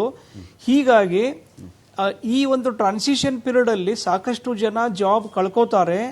ಜಾಬ್ ಕಳ್ಕೊಂಡವರು ಸುಧಾ ಅವರು ಕೂಡ ಸ್ಕಿಲ್ ಸೆಟ್ ಇಂಪ್ರೂವ್ ಮಾಡಿಕೊಂಡ್ರೆ. ಓಕೆ. ಈಗ ಪ್ರತಿಯೊಬ್ಬರು ಎಷ್ಟೋ ನೀವು ಹೇಳಿದಾಗೆ TCS ಅಲ್ಲಿ 12,000 ಆಫ್ ಆಗಿದೆ, ಅವರು ಲೇ ಆಫ್ ಮಾಡಿದ್ದಾರೆ. ಇದೇ ಥರ ಎಲ್ಲ ಕಡೆ ಇದು ಇನ್ನೊಂದು ಈ ಟೆಕ್ಟಾನಿಕ್ ಶಿಫ್ಟ್, ಈ ಟ್ರಾನ್ಸಿಷನ್ ಪೀರಿಯಡಲ್ಲಿ ಇದು ಸರ್ವೇ ಸಾಮಾನ್ಯ. ಅದಕ್ಕೆ ನಮ್ಮ ಚಾಲೆಂಜ್ ಏನಪ್ಪ ಇವಾಗ, ಇವತ್ತು ನಾನು IIT ಧಾರವಾಡ ಅವ್ರ ಜೊತೆ ಡೈರೆಕ್ಟರ್ ಜೊತೆ ನಾನು ಕೂತ್ಕೊಂಡಿದ್ದೆ. ಅವರು ಕೂಡ ಇದೇ ವಿಷಯದಲ್ಲಿ ಚರ್ಚೆ ಆಯ್ತು ಅಲ್ಲಿ. ಓಕೆ. ಆರ್ಟಿಫಿಷಿಯಲ್ ಇಂಟೆಲಿಜೆನ್ಸು ಯಾವ್ದು ಫೀಲ್ಡಲ್ಲಿ ಇಲ್ಲ. ಫಾರ್ ಎಕ್ಸಾಂಪಲ್ ನಾವು ಇಂಜಿನಿಯರಿಂಗ್ ಅಂತ ಮಾತಾಡ್ತೀವಿ, ಇದು ಪ್ರತಿಯೊಂದು ಇಂಜಿನಿಯರಿಂಗ್ ಸಬ್ ಫೀಲ್ಡ್, ಸಿವಿಲ್ ಇಂಜಿನಿಯರಿಂಗ್ ಇರ್ಬೋದು, ಮೆಕ್ಯಾನಿಕಲ್ ಇರ್ಬೋದು, ಎಲೆಕ್ಟ್ರಾನಿಕ್ಸ್ ಇರ್ಬೋದು, ಕಂಪ್ಯೂಟರ್ ಇರ್ಬೋದು, ಇಲ್ಲಿ ಕೂಡ ನಾವು ಆರ್ಟಿಫಿಷಿಯಲ್ ಇಂಟೆಲಿಜೆನ್ಸ್ ಯೂಸ್ ಮಾಡಿಕೊಂಡೇ ನಾವು ಕಲಿಸ್ಬೇಕು. ಅದು ಆ ಡೊಮೇನಲ್ಲಿ ಅದು ಆರ್ಟಿಫಿಷಿಯಲ್ ಇಂಟೆಲಿಜೆನ್ಸು ಬಂದ್ಬಿಟ್ಟಿದೆ ಇವಾಗ. ಓಕೆ. ಜಾಬ್ ಲೇ ಆಫ್ ಮಾತ್ರ ಇದು ನಡೀತಾ ಇರ್ತದೆ. ಅವರು unless they get to know these skills. Okay sir. Okay. Up skilling ಆಗ್ಬೇಕು ಅವ್ರದ್ದು. ಅಪ್ ಸ್ಕಿಲ್ಲಿಂಗ್ ಮಾಡ್ಕೋತಾ ಇದ್ರೆ ಏನು ತೊಂದರೆ ಆಗ್ಲಿಕ್ಕಿಲ್ಲ. Thank you. Fine sir, fine. ನಾನು ಮತ್ತೆ ಮಾತಾಡ್ತೀನಿ. ವಿಜಯಶಂಕರ್ ಸರ್, ಈಗ ಇಲ್ಲಿ ಇನ್ನೊಂದು ಪಾಯಿಂಟ್ ಏನು ಬರುತ್ತೆ ಅಂತ ಹೇಳಿದ್ರೆ, ನೋಡಿ ಸರ್, ಈಗ ಈ ಸಿಲಿಕಾನ್ ವ್ಯಾಲಿ ಅಂತ ನಮ್ಮ ಬೆಂಗಳೂರು ನಾವೇನು ಕರ್ಕೊಳ್ತೀವೋ, ಭಾರತದ ಸಾಫ್ಟ್ವೇರ್ ಉದ್ಯಮದ ಬಗ್ಗೆ ನಮಗೊಂದೇನು ಹೆಮ್ಮೆ ಇದೆಯೋ, ಅನೇಕ ವಿದೇಶಗಳಿಗೆ ಇವತ್ತಿಗೂ ಭಾರತೀಯರೇ ಬೇಕು ಅಂತ ನಾವೇನು ಕರ್ಕೊಳ್ತಾ ಇದ್ದೀವೋ, ಇದೆಲ್ಲಕ್ಕೂ ಕೂಡ ಈ AI ಅನ್ನೋದೊಂದು ಚೆಕ್ ಮೇಟಾ. ಇನ್ನೇನು ಅವಶ್ಯಕತೆ ನನಗಿಲ್ಲ, ನನ್ನ ಪಾಡು ನಾನು AI ಇಲ್ಲಿ ಇನ್ಸ್ಟಾಲ್ ಮಾಡಿಕೊಂಡು ನಾನು ಕೆಲಸವನ್ನು ಮಾಡಿಕೊಳ್ತೀನಿ ಅನ್ನೋ ಮಟ್ಟಕ್ಕೂ ಕೂಡ ವಿಶ್ವದ ಇತರೆ ದೇಶಗಳು, ಭಾರತದ ಮೇಲೆ ಪರಾವಲಂಬಿಗಳಾಗಿದ್ದಂಥ ದೇಶಗಳು ಇವತ್ತಿಗೆ ಸ್ವಾವಲಂಬಿ ಆಗಿಬಿಡ್ತಾವ ಅವು. ಇದೊಂದು ಭಾಗ. ಜೊತೆಗೆ ಕೆಲವು ಅನೇಕ ಸಂಸ್ಥೆಗಳಲ್ಲಿ, ಸಾಫ್ಟ್ವೇರ್ ಕಂಪನಿಗಳಲ್ಲಿ ಅಲ್ಲೇ ಯಾರೋ ಒಬ್ಬ ಎಂಟ್ರಿ ಲೆವೆಲ್ ಒಬ್ಬ ನೌಕರ ಇರ್ತಾನೆ, ಅವನಿಗೆ ಇಲ್ಲೇ ನಿನಗೊಂದು ಲೋನ್ ಕೊಡ್ತೀನಿ, ನಾನು ನಿಂತ ಕೋರ್ಸ್ ನೀನು ಮಾಡ್ಕೋ, ನಮ್ಮಲ್ಲಿ ನಿನಗೆ ಒಳ್ಳೆಯ ಪೊಸಿಷನ್ಗೆ ನಿನಗೆ ನಾನು ಪ್ರಮೋಷನ್ ಮಾಡಿಕೊಡ್ತೀನಿ ಅಂತ ಇತ್ತು. ಬಹುಶಃ ಆ ಕಂಪನಿಯ ಮಟ್ಟಿಗೆ ಮಾತ್ರ ಆ ಕೋರ್ಸು ಒಂದು ಅಪ್ಲೈ ಆಗುತ್ತೆ. ನಾನು ನಿಂಗೆ ಇಲ್ಲೇ ಲೋನ್ ಕೊಡ್ತೀನಿ ಅಂದಾಗ ಅವನು ಅಲ್ಲಿಗೆ ಒಂಥರ ಬಾಂಡೆಡ್ ಲೇಬರ್ ಥರನೂ ಆಗಬಹುದು. ಅವನು ಅಲ್ಲಿ ಇಲ್ಲೇ ಕಲಿಬೇಕಾಗತ್ತೆ ಅಂದಾಗ ತೀರಿಸೋ 10 ಲಕ್ಷ ಅಂತಾರೆ. 10 ಲಕ್ಷ ತೀರಿಸೋವರೆಗೂ ಅವನು ಅಲ್ಲೇ ಮಾಡಬೇಕಲ್ಲ. ಇದೊಂದು. ಆ ಕಂಪ್ನಿ ಬಿಟ್ಟು ನಾನು ಬೇರೆ ಕಡೆ ಹೋಗ್ತೀನಿ ಅಂದರೆ ಈ ಸ್ಕಿಲ್ ವರ್ಕ್ ಆಗಲ್ಲ. ಅಲ್ಲಿದೆ ಬೇರೆ ಏನೋ ಸಿಸ್ಟಮ್, ಅಲ್ಲೇನೋ ಬೇರೆ ಇರುತ್ತೆ. ಸೊ ಇಂಥ ಎಲ್ಲವುಗಳ ಮಧ್ಯದಲ್ಲಿ ಒಬ್ಬ ಹುಡುಗ ಅಥವಾ ಹುಡುಗಿ ಓದ್ಕೊಂಡಿದ್ದವರು ಕನ್ಫ್ಯೂಷನ್ ಸ್ಟೇಟಲ್ಲಿ ಇವತ್ತಿಗಿದ್ದಾರಾ ಅಂತ. ಈ ನೀವು ಫಸ್ಟ್ ಇದು ಹೇಳಿದ್ರಲ್ಲ, ಬೇರೆ ದೇಶದವರು ನಮ್ಮ ಮೇಲಿನ ಅವಲಂಬನೆ ಕಡಿಮೆ ಮಾಡ್ತಾರಂತ, ಅದು ನೆಟ್ವರ್ಕಿಂಗ್ ಬಂದಾಗಲೇ ಅದು ಶುರು ಆಗಿದೆ. ಓಕೆ. ಇವಾಗ ನಾವು ಈ ವರ್ಕ್ ಫ್ರಮ್ ಹೋಮ್ ಶುರು ಆಗಿದ್ದೆ ಹಾಗೆ. ಓಕೆ. ಸೊ ಅದು ಇವಾಗ ಏನು ಬದಲಾವಣೆ ಅಂತ ನನಗೇನು ಅನ್ಸಲ್ಲ. ಅಂದರೆ ಒಬ್ಬ ಕೋಡ್ ಮಾಡೋನು ಬೆಂಗಳೂರಲ್ಲಿ ಕೂತ್ಕೊಂಡಾರೋ ಮಾಡ್ತಿರ್ತಾನೆ, ಬೆಳಗಾಮಲ್ಲಿ ಕೂತ್ಕೊಂಡಾರೋ ಮಾಡ್ತಿರ್ತಾನೆ, ಬೇರೆ ಕಡೆನಾರು ಮಾಡ್ತಿರ್ತಾನೆ. ಓಕೆ. ಯಾತಕ್ಕೆ ಕೆಲವು ಟೈಮು ಇವಾಗ ಕಂಪ್ನಿನವರು ಇಲ್ಲ ನೀವು ನಮ್ಮ ಆಫೀಸ್ಗೆ ಬಂದು ಕೆಲಸ ಮಾಡಬೇಕು ಅಂತ ಹೇಳ್ತಾರೆ ಅಂದರೆ, ಕೆಲವು ಸೆಕ್ಯೂರಿಟಿ ರಿಲೇಟೆಡ್ ಇಶ್ಯೂಸ್ ಇರುತ್ತೆ. ಓಕೆ. ಸ್ವಲ್ಪ ದಿನ ನಾವು ಅದನ್ನೆಲ್ಲ ಮರ್ತು ಬಿಟ್ಟಿದ್ವಿ ಕೋವಿಡ್ ಎಲ್ಲ ಬಂದಾಗ. ಓಕೆ. ಬಟ್ ಈಗ ಗ್ರ್ಯಾಜುವಲ್ ಆಗಿ ಕಂಪ್ನಿಗಳು ತಿರ್ಗಾ they have realise that security still important. ಮನೆಯೊಳಗೆ ಅವ್ರು ಮಾಡ್ತಾ ಇದ್ರೆ ಅವ್ರು ಮಾಡ್ತಾ ಇದ್ದಾರಾ, ಬೇರೆಯವ್ರು ಮಾಡ್ತಿದ್ದಾರಾ, ಅವ್ರು ಮಾಡ್ತಿರೋ ಕೆಲಸನ ಜೊತೆಗೆ ಬೇರೆಯವ್ರಿಗೆ ಕಾಂಪಿಟೇಟಿವ್ ಕಂಪನಿಗಳು ಅವ್ರದ್ದು ವಿಷಯಗಳನ್ನು ತೊಗೊಳ್ತಾ ಇದ್ದಾರೆ. ಅದು ಹ್ಯಾಕ್ ಕಂಟ್ರೋಲ್ ಮಾಡ್ತೀರಿ, ಅವ್ರ ಸ್ಕ್ರೀನ್ ನಾವು ಏನೇನೋ ಹಾಕ್ತೀವಿ, ಒಂದು ಕ್ಯಾಮ್ರಾ ಹಾಕ್ತೀವಿ, ಅದು ಹಾಕ್ತೀವಿ, ಬಟ್ ಅದು ವರ್ಕ್ ಆಗುತ್ತಾ ಅಂತ ಡೌಟ್. ಓಕೆ. ಸೊ ಆದ್ದರಿಂದ ಈಗ ತಿರ್ಗಾ they have come back to work from office. So ಅದು ಒಂದು ವಿಧದೊಳಗೆ. ಎರಡನೇದು ನೀವು ಹೇಳಿದ್ರಲ್ಲ, ಕಂಪನಿಗಳೇನು ಮಾಡಬಹುದು, ಓಕೆ, ಅವ್ರ ಎಕ್ಸಿಸ್ಟಿಂಗ್ ಎಂಪ್ಲಾಯೀಸನ್ನ ಸುಮ್ಮನೆ ಮನೆಗೆ ಕಳಿಸ್ಬಿಡೋದು ಒಂದು ಸೊಲ್ಯೂಷನ್ನ, ಅಥವಾ ಈ ರೀಸ್ಕಿಲಿಂಗ್ ಒಳಗೆ ಅವ್ರದ್ದೇನಾರೋ ಪಾತ್ರ ಇದೆಯಾ ಕಂಪನಿಗಳು. ಈಗಾಗಲೇ ನಮ್ಗೆ ಗೊತ್ತು, ಎಜುಕೇಷನ್ಗೂ ಇಂಡಸ್ಟ್ರಿಗೂ ಒಂದು ಸ್ವಲ್ಪ ಗ್ಯಾಪ್ ಇದ್ದೇ ಇದೆ, ಎಲ್ಲದರೊಳಗೂ ಇದ್ದೇ ಇರುತ್ತೆ. ಸೊ ಅದು ಫಿನಿಷಿಂಗ್ ಸ್ಕೂಲ್ ಅಂತ ಒಂದು ಕಾಲದೊಳಗೆ ಅದನ್ನು ತುಂಬ ಮಾತಾಡ್ತಾ ಇದ್ವಿ. ಓಕೆ. ಟ್ರೈನಿಂಗ್ಗಳು ಕೊಡೋದು. ಇವಾಗ ಕಂಪ್ನಿನವರೇ ಫಸ್ಟ್ ಒಂದು 3 months ಒಂಥರ ಇಂಡಕ್ಷನ್ ಟ್ರೈನಿಂಗ್ ಥರ ಕೊಟ್ಟು ಅವರನ್ನು ಪ್ರಿಪೇರ್ ಮಾಡ್ತಾರೆ. ಸೊ ಈಗ ಕೆಲಸ ಕಂಪ್ಲೀಟ್ ಬಿಟ್ಬಿಟ್ರೆ ನಾವು ಸೈಕಲಾಜಿಕಲ್ ಆಗಿ ಎಷ್ಟು ಎಫೆಕ್ಟ್ ಆಗುತ್ತೆ ಸೊಸೈಟಿನೊಳಗೆ ಅನ್ನೋದು ನಾವು ಯೋಚನೆ ಮಾಡಬೇಕು. ಕರೆಕ್ಟ್. ಓಕೆ, ಸೊ ಒಂದು ಸಸ್ಟೆನೆನ್ಸ್ ಪೇ ಕೊಟ್ಟು, ಓಕೆ, ಮಿಕ್ಕಿದ್ದ ಭಾಗನ ಅವರು ಟ್ರೈನಿಂಗ್ ಮಾಡೋದಕ್ಕೆ ಏನಾದ್ರು ಫೆಸಿಲಿಟೀಸ್ ಕೊಟ್ಟು ಅವರನ್ನು ರೀಎಂಪ್ಲಾಯ್ಮೆಂಟ್ ಮಾಡ್ಕೊಳ್ಳೋಕ್ಕೆ ಸಾಧ್ಯವಾದರೆ that is a good proposition. Okay, ಇದು ಇವಾಗ ನಾವೆಲ್ಲನೂ ಕಾಲೇಜ್ನವರೇ ಮಾಡಬೇಕು ಅಂತ ಹೇಳೋಕ್ಕಾಗಲ್ಲ. ಓಕೆ, ಈಗ ಇಂಡಸ್ಟ್ರಿನವರು ಏನಾದ್ರು ಮಾಡಬೇಕು, ಸಾಮಾಜಿಕ ಹೊಣೆಗಾರಿಕೆ ಅಂತಾನು ಏನಾರು ಹೇಳಿ ಒಟ್ಟಿನೊಳಗೆ ಇದನ್ನು ನಾವು ಸರ್ಕಾರನೂ ಮಾಡಬೇಕು ಅಂತ ಹೇಳೋಕ್ಕಾಗಲ್ಲ. ಸರ್ಕಾರದವರು ಮಾಡೋಕ್ಕಾಗೋದಿಲ್ಲ. ಈಗ ಸರ್ಕಾರದವ್ರಿಗೆ ಬೇಕಾದಷ್ಟು ಬೇರೆ ವಿಚಾರಗಳು ಅವ್ರ ತಲೆನೊಳಗೆ ಇರೋದ್ರೊಳಗೆ ಇದನ್ನು ಅವರು ಮಾಡಲ್ಲ. ಓಕೆ, ಸೊ ಇಂಡಸ್ಟ್ರಿ ನೋಡು ಟುಗೆದರ್ ಇವಾಗ ಸದ್ಯಕ್ಕೆ ಯಾವ ಒಂದು ಇಂಡಸ್ಟ್ರಿ ಗ್ರೂಪು ಇದಕ್ಕೆ ಮುಂದೆ ಬಂದಿದೆ ಅಂತ ನನಗೆ ಗೊತ್ತಿಲ್ಲ. ಓಕೆ, ಬಹುಶಃ ನಮ್ಮ ಪ್ರಿನ್ಸಿಪಾಲ್ ಅವ್ರುಗಳಿಗೆಲ್ಲ ಗೊತ್ತಿರುತ್ತೆ. ಓಕೆ, ಇಂಡಸ್ಟ್ರಿನವರು ಮುಂದೆ ಬಂದು ಇವಾಗ ನೀವು ಹೇಳಿದ್ರಲ್ಲ ಹಾಗೆ ನಾವೇ ತೆಗೆದಾಕ್ತಾ ಇದ್ದೀವಿ. ಯಾರೋ ಒಬ್ಬ 2 ವರ್ಷದಿಂದ ನಮ್ಮ ಜೊತೆ ಕೆಲಸ ಮಾಡ್ತಿದ್ದ, ಇವಾಗ ನಾನು ಅವ್ನು ಕರೆದ್ಬಿಟ್ಟು ನಾಳೆಯಿಂದ ಬರಬೇಡ ಅವಾರ್ಡ್ ಕೊಟ್ಟು ಮಾರೋದಕ್ಕೆ ಪಿಂಕ್ ಸ್ಲಿಪ್ಪು. ಸೊ ಅವನ ಫ್ಯಾಮಿಲಿಗೆ ಏನಾಗುತ್ತೆ, ಯಾರೋ ಒಬ್ಬರು ಆಮೇಲೆ ಆತ್ಮಹತ್ಯೆ ಮಾಡ್ಕೊಳ್ತಾರೆ, ನಾಳೆ ಅದೊಂದು ದೊಡ್ಡ ಇಶ್ಯೂ ಆಗುತ್ತೆ. ಓಕೆ, ಸೊ ಇದಕ್ಕೆ this is what is required now. Fine. So ಈಗ ಇನ್ನೊಂದು ಪ್ರಶ್ನೆ ಬರುತ್ತೆ, ನಾನು ಅದನ್ನು ಹೇಳಿ ಒಂದು ಬ್ರೇಕ್ ಹೋಗಿ ನಾನು ಮತ್ತೆ ಅದನ್ನು ಮುಂದುವರಿಸ್ತೀನಿ. ಈ ಉದ್ಯಮಿಗಳಿಗೆ ಇದರಲ್ಲಿ ನಾವು ಹುಡ್ಕೋದೇನು ಅಂದರೆ ಮಾನವೀಯತೆ ಇರಬೇಕು, ಸಾಮಾಜಿಕ ಜವಾಬ್ದಾರಿ ಇರಬೇಕು, ಇದು ಒಂದು ಭಾಗ. ಒಬ್ಬ ಉದ್ಯಮಿ ಪಾಯಿಂಟ್ ಆಫ್ ವ್ಯೂ ನೋಡಿದಾಗ ನಾನು ಲಾಭ ಬೇಕು ಅಂತ ನೋಡ್ತಾನೆ. ನಾನು ಉತ್ಪಾದನಾ ವೆಚ್ಚವನ್ನು ತಗ್ಗಿಸಿಕೊಳ್ಳಬೇಕು. 1,00,000 ಖರ್ಚಾಗುವ ಜಾಗದಲ್ಲಿ ಒಂದು 10,000 ಖರ್ಚಾದ 90,000 ಉಳಿತು ಅಂತ ಅವನು ಯೋಚನೆ ಮಾಡ್ತಾನೆ. What you saved is what you earned ಅಂತೇಳಿ. ನೀನೇನು ಉಳಿಸ್ಕೊಂಡಿಯೋ ಅದೇ ನಿನ್ನ ಸಂಪಾದನೆ ಅಂತ ಕೂಡ ಒಂದು ಮಾತಿದೆಯಲ್ಲ. ಹಾಗಾದಾಗ ನಾವು ಉದ್ಯಮಿಗಳ ಮೇಲೆ ಎಲ್ಲವನ್ನು ಹಾಕಿ ಬಿಟ್ಬಿಡ್ಬೇಕಾಗತ್ತಾ? ಅವ್ರ ಕಥೆಗಳೇನಾಗ್ತವೆ. ಜೊತೆಗೆ ಮುಂದಿನ ಭಾಗದಲ್ಲಿ ಏನಿರುತ್ತೆ ಅಂದರೆ ಯಾವ್ಯಾವ ಕೋರ್ಸ್ಗಳನ್ನು ನಾವು ಕಲಿಸುವತ್ತ ಅಥವಾ ಮಕ್ಕಳನ್ನ ಅಲ್ಲಿಗೆ ಸೇರಿಸುವತ್ತ ಗಮನ ಕೊಡಬೇಕಾಗತ್ತೆ. ಯಾರನ್ನೂ ಪ್ಯಾನಿಕ್ ಮಾಡ್ತಾ ಇಲ್ಲ ನಾನು. ಒಂದೊಂದು ಎಚ್ಚರಿಕೆ ಅಖಾಡ ಬಿಗ್ ಫ್ಯಾಕ್ಟ್ ವಿಶೇಷ ನಾನು ಮತ್ತೆ ಮುಂದುವರಿಸ್ತಾ ಇದ್ದೀನಿ. ಅಂದರೆ ಉದ್ಯೋಗದ ಭವಿಷ್ಯದ ಉದ್ಯೋಗ ಯಾವುದು ಅನ್ನೋ ಒಂದು ವಿಚಾರಕ್ಕೆ ಸಂಬಂಧಪಟ್ಟಂತೆ AI ಎಂಟ್ರಿ ಆಗಿರುವ ಈ ಕಾಲಘಟ್ಟವನ್ನು ನಾವು ಕೆಲವು ಉದ್ಯೋಗಗಳ ವಿಚಾರದಿಂದ ದುರಿತ ಕಾಲಘಟ್ಟ ಅಂತ ಕರಿಬೇಕಾ, ಅಥವಾ ಇಲ್ಲ ಸಂಪದ್ಭರಿತ ಕಾಲಘಟ್ಟ ಆಗುತ್ತೆ ಇದು, ನೋಡ್ತಾ ಇರಿ ಅಂತ ಕನ್ಸಿಡರ್ ಮಾಡ್ಬೇಕಾದ್ರೆ ನಮಗೆ ಇನ್ನೂ ಗೊತ್ತಿಲ್ಲ. ಕ್ಲಾರಿಟಿ ಸಿಗದೆ ಇರತಕ್ಕಂಥ ಒಂದು ಕಾಲಘಟ್ಟದಲ್ಲಿ ನಾವೆಲ್ಲ ಕೂಡ ಇದ್ದೀವಿ. ನನ್ನ ಪ್ರಶ್ನೆ ಅನಂತ್ ಕೊಪ್ಪರ್ ಅವ್ರಿಗಿರುತ್ತೆ. ಅನಂತ್ ಕೊಪ್ಪರ್ ಸರ್, ಈಗ ಈ CSR ಫಂಡ್ ಅಂತೆಲ್ಲ ನಾವು ಮಾತಾಡ್ತೀವಿ ಸರ್, CSR ಫಂಡ್ ಅಂತ ಮಾತಾಡ್ತೀವಿ, ಕಾರ್ಪೊರೇಟ್ ವಲಯದ ಸಾಮಾಜಿಕ ಜವಾಬ್ದಾರಿಯ ಒಂದು ನಿಧಿ. ಅದು ನಾನು ಟಾಯ್ಲೆಟ್ ಕಟ್ಟಿಸ್ದೆ, ಒಂದು ಬ್ರಿಡ್ಜ್ ಕಟ್ಟಿಸ್ದೆ, ನಾನು ಸಮಾಜಕ್ಕೆ ವಾಪಸ್ ನೀನೇನೋ ಕೊಡಪ್ಪ ಅಂತ. ನೀನು ಲಾಭ ಮಾಡ್ಕೊಂಡಿದ್ಯಾ ಒಂದು ವ್ಯವಸ್ಥೆಯಿಂದ, ಮತ್ತು ಆ ವ್ಯವಸ್ಥೆಗೆ ನೀನು ಮತ್ತೆ ಮರಳಿ ಕೆರೆಯ ನೀರನ್ನು ಕೆರೆಗೆ ಚೆಲ್ಲು ಅನ್ನೋ ರೀತಿಲಿ ಏನೋ ಇದೆ. ಸೊ ಈ ಕಂಪನಿಗಳ ಒಕ್ಕೂಟ ಅಂತ ಏನಾದರೂ ಇವ್ರು ಮಾಡಿಕೊಂಡು, ಸಾಫ್ಟ್ವೇರ್ ಕ್ಷೇತ್ರ ಆಗಲಿ ಯಾವುದಾದ್ರೂ ಆಗಲಿ ಸರ್, ಸಮಾಜಕ್ಕೆ ಏನಾದರೂ ವಾಪಸ್ ಕೊಡುವುದಿದ್ದರೆ, ನೋಡಪ್ಪ ನನಗೆ ಈ ಟ್ರೈನಿಂಗಲ್ಲಿ ನೀನು ಬರಬೇಕು, ನಾನು ಇದಕ್ಕೆ ಇಷ್ಟ ಹಣ ನಾನೇ ವಿನಿಯೋಗಿಸ್ತಾ ಇದ್ದೀನಿ. ನೋಡಿ, ಸರ್ಕಾರನ ಕೇಳಿದ್ರೆ ನಾನು ಶಿಕ್ಷಣ ಕೊಡಿಸ್ತಾ ಇದ್ದೀನಪ್ಪ ಅಂತಾರೆ. ಪ್ರಾಥಮಿಕ ಶಿಕ್ಷಣ ನಾನು ಕೊಡಿಸ್ಬಿಡ್ತೀನಿ, ನನ್ನ ಜವಾಬ್ದಾರಿ ಅಂತಾರೆ. ಪ್ರೈವೇಟ್ ಶಿಕ್ಷಣ ಸಂಸ್ಥೆಗಳು ನಾನು ಓದಿಸ್ತೀನಿ ಅಂತ ಅವ್ರು ಮಾತಾಡ್ಕೋತಾರೆ ಸರ್. ಇಂಥ ವಿಚಾರಗಳಲ್ಲಿ ಈ ಸಾಫ್ಟ್ವೇರ್ ಕಂಪನಿಗಳು ಅವರೆಲ್ಲ ಸೇರಿಕೊಂಡು ಸಾಮಾಜಿಕ ರೆಸ್ಪಾನ್ಸಿಬಿಲಿಟಿ ಯಾವ ಥರ ಮೆರೆಯಬಹುದು ಸರ್? ದುರಿತ ಕಾಲಘಟ್ಟ ಇಲ್ಲ, ನಾನು ಟಿಪಿಕಲ್ ಉದ್ಯಮಿ ಇದ್ದೀನಿ, ನನಗೆ ಖರ್ಚು ಉಳಿಸ್ಕೊಂಡ್ರೆ ಸಾಕು, ಯಾರೇನಾದರೂ ಆಗಲಿ, ಅದು ಬೇರೆ, ಆ ಮೈಂಡ್ಸೆಟ್ ಬೇರೆ ಆಗಿಬಿಡುತ್ತೆ ಸರ್. CSR ಫಂಡ್ನ ಅಲ್ಲೇ ವಾಪಸ್ ಕೊಡಪ್ಪ, ನೀನು ಆ ಮೂಲಕನೂ ಕೊಡಪ್ಪ ಅಂತ ನಾವು ಕೇಳ್ಕೋಬಹುದಾ? ಸರ್ಕಾರ ಇಲ್ಲಿ ಪಾಲಿಸಿ ಏನಾದ್ರು ಮಾಡಬೇಕಾಗತ್ತಾ ಈಗ? ಅಲ್ಲ, ಈಗ ನೀವು ಹೇಳೋ ಪ್ರಕಾರ ಯಾವ ಉದ್ಯಮಿನೂ ಆ ಥರ ಮಾಡ್ತಾನೆ ಇಲ್ಲ ಅಂತ ನಿಮ್ಮ ಭಾವನೆ ಅಥವಾ ಜನರ ಭಾವನೆ ಇರಬಹುದು. ಈಗ ಏನಾಗ್ತಾ ಇದೆ ಅಂದ್ರೆ, ನಮ್ಮ ಎಲ್ಲ ಕಂಪನೀಸ್ಗಳಲ್ಲಿ ನಾವು there is a learning and development department ಅಂತಿದೆ. ಎಲ್ಲ ಕಂಪನೀಸಲ್ಲೂ ಇರುತ್ತೆ ಇದು. ಸೊ ಈಗ ನಾವು ಯಾರನ್ನಾರು ಹೊರಗೆ ಹಾಕ್ಬೇಕು ಅಂದ್ರೆ ಅದು ನನ್ನ ಮನಸ್ಸಿಗೂ ಕಿರಿಕಿರಿನೇ ಜಾಸ್ತಿ. ಯಾಕಂದ್ರೆ ನಾವು ಅವ್ರ ಜೊತೆ ಕೆಲಸ ಮಾಡಿರ್ತೀವಿ. ಇದು ಸಣ್ಣ ಕಂಪ್ನಿಯಲ್ಲಿ ಇನ್ನೂ ಜಾಸ್ತಿ. ಈ ತರ ನಾವು ಕಳಿಸ್ಬೇಕು ಅಂದ್ರೆ ಮನಸ್ಸಿಗೆ ಬಹಳ ಕಿರಿಕಿರಿ. ನಾವೇನ್ ಮಾಡ್ತೀವಿ ಅಂದ್ರೆ ಅವ್ರಿಗೆ 3-4 ತಿಂಗಳ ಕಾಲ ಅವಕಾಶ ಕೊಡ್ತೀವಿ. ಯಾರ್ದಾರು ಪ್ರಾಜೆಕ್ಟ್ ಮೇಲೆ ಇರ್ಲಿಲ್ಲ ಅಂದ್ರೆ ಅವ್ರು ಬೆಂಚಿಗೆ ಬರ್ತಾರೆ. ಇವ್ರು ಏನ್ ಮಾಡ್ತಾರೆ, ಹುಡುಗರು ಬೆಂಚಿಗೆ ಬಂದ ತಕ್ಷಣ ಆಯ್ತಪ್ಪ, ಈಗ ಇಷ್ಟು ದಿವಸ ಕೆಲಸ ಮಾಡಿದೀನಿ, 1 ತಿಂಗಳು ಆರಾಮಾಗಿ ತಗೋಣ ಅಂತ. 1 ತಿಂಗಳು ಹೋಗುತ್ತೆ, 2 ತಿಂಗಳು ಹೋಗುತ್ತೆ, 3ನೇ ತಿಂಗಳು ಸ್ಟಾರ್ಟ್ ಮಾಡ್ತಾರೆ. ಅವ್ರಿಗೆ ಏನು ಅಪ್ ಸ್ಕಿಲ್ಲಿಂಗ್ ಮಾಡಕ್ ಆಗಲ್ಲ. ಆವಾಗ ಅವ್ರ ಮನೆಗೆ ಹೋಗ್ತಾರೆ. ಅದು ಒಂದು. ಅಂದ್ರೆ ಎಲ್ಲಾ ಕಂಪನೀಸ್ ಅಲ್ಲಿ ಒಂದು ಪ್ರೊಸೆಸ್ ಇರುತ್ತೆ. ಹೆಂಗೆ ದಿಢೀರಾಗಿ ಹಿಂದಿನ ದಿವಸನೇ ಬಂದ್ರು, ಪಿಂಕ್ ಸ್ಲಿಪ್ ಕೊಟ್ರು ಅಂತ ಈ ದೇಶದಲ್ಲಿ ಇಲ್ಲ. ಅದು ಅಮೆರಿಕದಲ್ಲಿ ಅಥವಾ ಬೇರೆ ದೇಶದಲ್ಲಿ ಆ ತರ ಇದೆ. ಇಂಡಿಯಾನಲ್ಲಿ ಆ ಥರ ಇಲ್ಲ. ನಮ್ದು ಒಂದು ಪ್ರೊಸೆಸ್ ಇರುತ್ತೆ ಎಲ್ಲ ಕಂಪ್ನೀಸ್. ಇದು ಒಂದು. ಎರಡನೇದು ನೀವು ಹೇಳ್ದಂಗೆ ಏನ್ ಮಾಡ್ತಾ ಇದ್ದೀರಿ ಉದ್ಯಮಿಗಳು ಅಥವಾ ಏನ್ ಮಾಡಬೇಕು ಅನ್ನೋದು ವಿಚಾರ.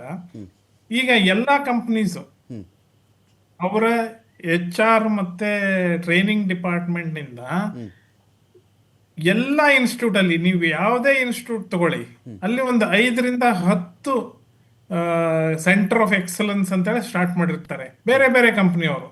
ಅವ್ರವ್ರದ್ದು R&D ಅಥವಾ ಏನೋ ಡೆವಲಪ್ಮೆಂಟು ಅಲ್ಲಿ ಮಾಡಿಸ್ಕೋತಾರೆ. ಅದು ಈಗ ಇದ್ದದ್ದಿದೆ, ಅಲ್ಲಿ ಬೇಕಾದಷ್ಟು ದುಡ್ಡು ಹಾಕ್ತಾರೆ ಕಂಪ್ನೀಸ್ದು. ಓಕೆ. ಆದ್ರೆ ಅದು ಅಷ್ಟು ಸಾಕಾ ಇನ್ನೂ ಬೇಕಾ ಅನ್ನೋದು ಒಂದು ಕ್ವಶನ್. ಅದನ್ನ ಜಾಸ್ತಿ ಮಾಡಬಹುದು. ಓಕೆ. ಅದಕ್ಕೆ CSR ಫಂಡೇ ಬೇಕಂತಿಲ್ಲ. ಇದು HR ಅಂಡ್ ಟ್ರೈನಿಂಗ್ ಫಂಡ್ ಅಂತ ಇರುತ್ತೆ. ಅದರಿಂದ ಎಲ್ಲಾ ಇದರಲ್ಲಿ ಮಾಡ್ತಾರೆ. ಓಕೆ. ಈಗ ದೊಡ್ಡ ದೊಡ್ಡ ಕಂಪ್ನೀಸ್ ಮೊದಲೆಲ್ಲ ಮಾಡ್ತಾ ಇದ್ರು ಜಾಸ್ತಿಯಾಗಿ. IBM ಅಥವಾ ವಿಪ್ರೋ ಅಥವಾ ಇನ್ಫೋಸಿಸ್ನವರು ಯಾವುದೇ ಇನ್ಸ್ಟಿಟ್ಯೂಟ್ಗೆ ಹೋದ್ರು, ಇಲ್ಲಿ ಪ್ರಿನ್ಸಿಪಲ್ ಇದ್ದಾರೆ ಅವರು ಒಪ್ತಾರೆ, ಯಾವುದೇ ಇನ್ಸ್ಟಿಟ್ಯೂಟ್ಗೆ ಹೋದ್ರು ಅಲ್ಲಿ ಇದ್ದೇ ಇರುತ್ತೆ ಅದು. ಓಕೆ. ಆದ್ರೆ ಅಷ್ಟೇ ಸಾಕ ಇನ್ನೂ ಬೇಕಾ ಅನ್ನೋದು ಒಂದು ಇದು. ಎಲ್ಲ ಇನ್ನೂ ಇಂಡಸ್ಟ್ರೀಸ್ ಅಲ್ಲಿ ಏನ್ ಮಾಡ್ತಾರೆ ಅಂದ್ರೆ ನಾವೆಲ್ಲ ಟ್ರೈನ್ ಮಾಡ್ತೀವಿ ಹುಡುಗರಿಗೆ. ಓಕೆ. ಇಂಡಸ್ಟ್ರಿ ಇದು ಎಜುಕೇಶನ್ ಆದ ತಕ್ಷಣ ಬಂದಿರ್ತಾರಲ್ಲ, ನಮ್ಮ ಕಂಪ್ನಿಲಿ ಅಟ್ಲೀಸ್ಟ್ ನಾವು 6 ತಿಂಗಳವರೆಗೆ ಅವ್ರು ಏನು ಕೆಲಸ ಇರಲ್ಲ, ಬರೀ training. Okay sir. Okay. On the job training. So ಹೀಗಾಗಿ ಜನ ಮಾಡ್ತಾ ಇದ್ದಾರೆ. ಅದು ಇಷ್ಟು ಬೇಕಾ, ಇನ್ನಷ್ಟು ಬೇಕಾ, ಅದು ಒಂದು ಒಳ್ಳೆ ಕ್ವಶನ್. ಫೈನ್. ಕೇಶವ್ ಸರ್ ಏನಾಗುತ್ತೆ, ಅನೇಕ ಉದ್ಯಮಗಳನ್ನು ಕೆಲವು ಉದ್ಯಮಿಗಳು ತಗೋತಾ ಇದ್ದಾರೆ, ಅವರ ಹ್ಯಾಂಡ್ ಓವರ್ಗೆ ಬರ್ತಿದೆ ಅಂದಾಗ ಅವನ ಕೆಪಾಸಿಟಿ ಕೂಡ ಜಾಸ್ತಿ ಇರುತ್ತೆ ಯೂಶ್ವಲ್ ಆಗಿ. ಏಕೆಂದರೆ ಒಂದು ಊರಲ್ಲಿ ಯಾವುದೋ ಒಂದು ತಾಲೂಕಲ್ಲಿ ಒಂದು ಹೋಬಳಿಯಲ್ಲಿ 100 ಅಂಗಡಿ ಇರೋದು ಬೇರೆ, 2 ಮಾಲಲ್ಲಿ ಎಲ್ಲ ಸಿಗುತ್ತಂತೆ ಅನ್ನೋದು ಬೇರೆ. 100 ಅಂಗಡಿ ಇದ್ದಾಗ ಅದರ ಮೇಲೆ ಡಿಪೆಂಡ್ ಆಗಿರ್ತಕ್ಕಂಥವ್ರು ಬೇರೆ, 2 ಅಂಗಡಿಯ ಮಾಲೀಕ ಬೇರೆ. ಉದ್ಯೋಗದ ಸ್ವಲ್ಪ ಆ ಕಡೆ ಈ ಕಡೆ ಆಗಬಹುದು ಅಂತ ಬಂದಾಗ, ಸಪೋಸ್ ನಾನು ವರ್ಕ್ ಫ್ರಮ್ ಹೋಮ್ ಬಗ್ಗೆನೇ ಆಗಲೇ ಮಾತಾಡ್ತಾ ಇದ್ದೇನೆ. Work from home sir Covid ಕಾಲದಲ್ಲಿ ಬಂದಾಗ ಎಲ್ಲರೂ ನಮ್ಮ ಹಳ್ಳಿಗೆ ಹೋಗ್ಬಿಡ್ತೀನಿ, ರೆಂಟ್ ಉಳಿಯುತ್ತೆ ನನಗೆ, ಇಲ್ಲೇ ನನಗೆ ಡಿಪೆಂಡೆನ್ಸಿ ಇಲ್ಲ, ಹಳ್ಳಿಲಿ ನಾನು ಬರೀ $1,000 ಇದ್ದರೆ ನನಗೆ ಒಳ್ಳೆ ಜೀವನ ಮಾಡಿಬಿಡ್ಬಹುದು, ಈ ಕ್ಯಾಲ್ಕುಲೇಷನ್ಸಲ್ಲಿ ಇದ್ದರು. ಬಟ್ ಎಕನಾಮಿಕ್ ಚೈನಿಗೆ ಅದು ಬಹಳ ಎಫೆಕ್ಟ್ ಆಗುತ್ತೆ ಸರ್.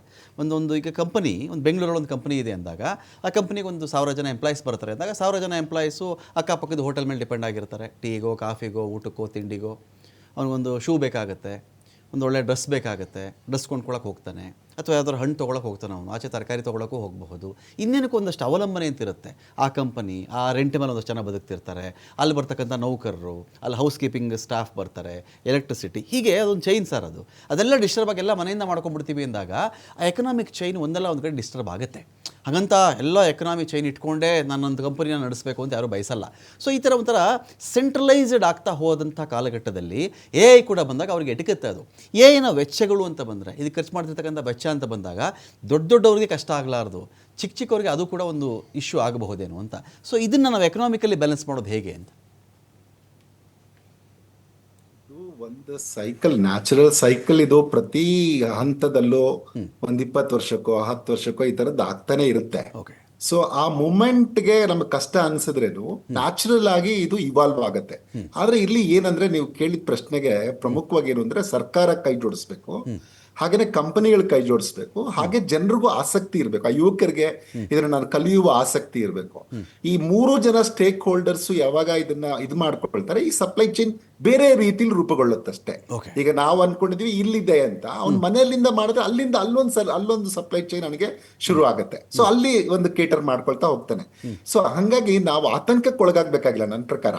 ಆದ್ರೆ ಹಂಗಂತ ನಾನು ಪ್ರಿಪೇರ್ ಆಗಲ್ಲ ಇದು ನಾಳೆಯ ಇದಕ್ಕೆ ಅಂತಂದ್ರೆ ಖಂಡಿತವಾಗಿಯೂ ಅದು ದೊಡ್ಡ ಹೊಡೆತವನ್ನ ಕೊಡುತ್ತೆ. ನಾನು ಹಾಗೇನೆ, ನೀವು ಮಾತಾಡ್ತಾ ಡೇಟಾ ನೋಡ್ತಾ ಇದ್ದೆ, ಪ್ರತಿ ದಿನ 491 ಜನ AI ಇಂದ ಕೆಲಸ ಕಳ್ಕೊಳ್ತಿದ್ದಾರೆ ಅಂತ ಒಂದು ಅಂಕಿಅಂಶ ಹೇಳುತ್ತೆ. ಇಲ್ಲಿವರೆಗೂ ಇದೇ ವರ್ಷದಲ್ಲಿ 77,999 ಜನರು ಉದ್ಯೋಗ ಕಳ್ಕೊಂಡಿದ್ದಾರೆ ಅಂತಲೂ ಹೇಳುತ್ತೆ. ಹಾಗೇನೆ ಇಷ್ಟು ಜನಕ್ಕೂ ಹೊಸ ಉದ್ಯೋಗಕ್ಕೂ ಅವಕಾಶ ಇರುತ್ತೆ. ಆದ್ರೆ ಅವರು ಯಾವ ರೀತಿಯಲ್ಲಿ ತಮ್ಮನ್ನ ತಾವು ಅಪ್ಸ್ಕಿಲ್ ಮಾಡ್ಕೊಳ್ತಾ ಇದ್ದಾರೆ ಅಂತ ನಿಮ್ಗೆ ಸರ್ಕಾರ ಮಾಡ್ಕೊಂಡಿರುವಂತ ಕ್ರಮಗಳು, ಕಂಪನಿ ಮಾಡಿರುವ ಕ್ರಮಗಳು ಹೇಳ್ತೀನಿ. ಆದ್ರೆ ಇಷ್ಟು ಇನ್ನೂ ಹೆಚ್ಚಾಗಬೇಕು ಅನ್ನೋದು, ಚೇಂಜ್ ಇದು ಒಂಥರ ನನ್ನ ಪ್ರಕಾರ AI ರೆವಲ್ಯೂಷನ್ ಆಗ್ತಾ ಇದೆ.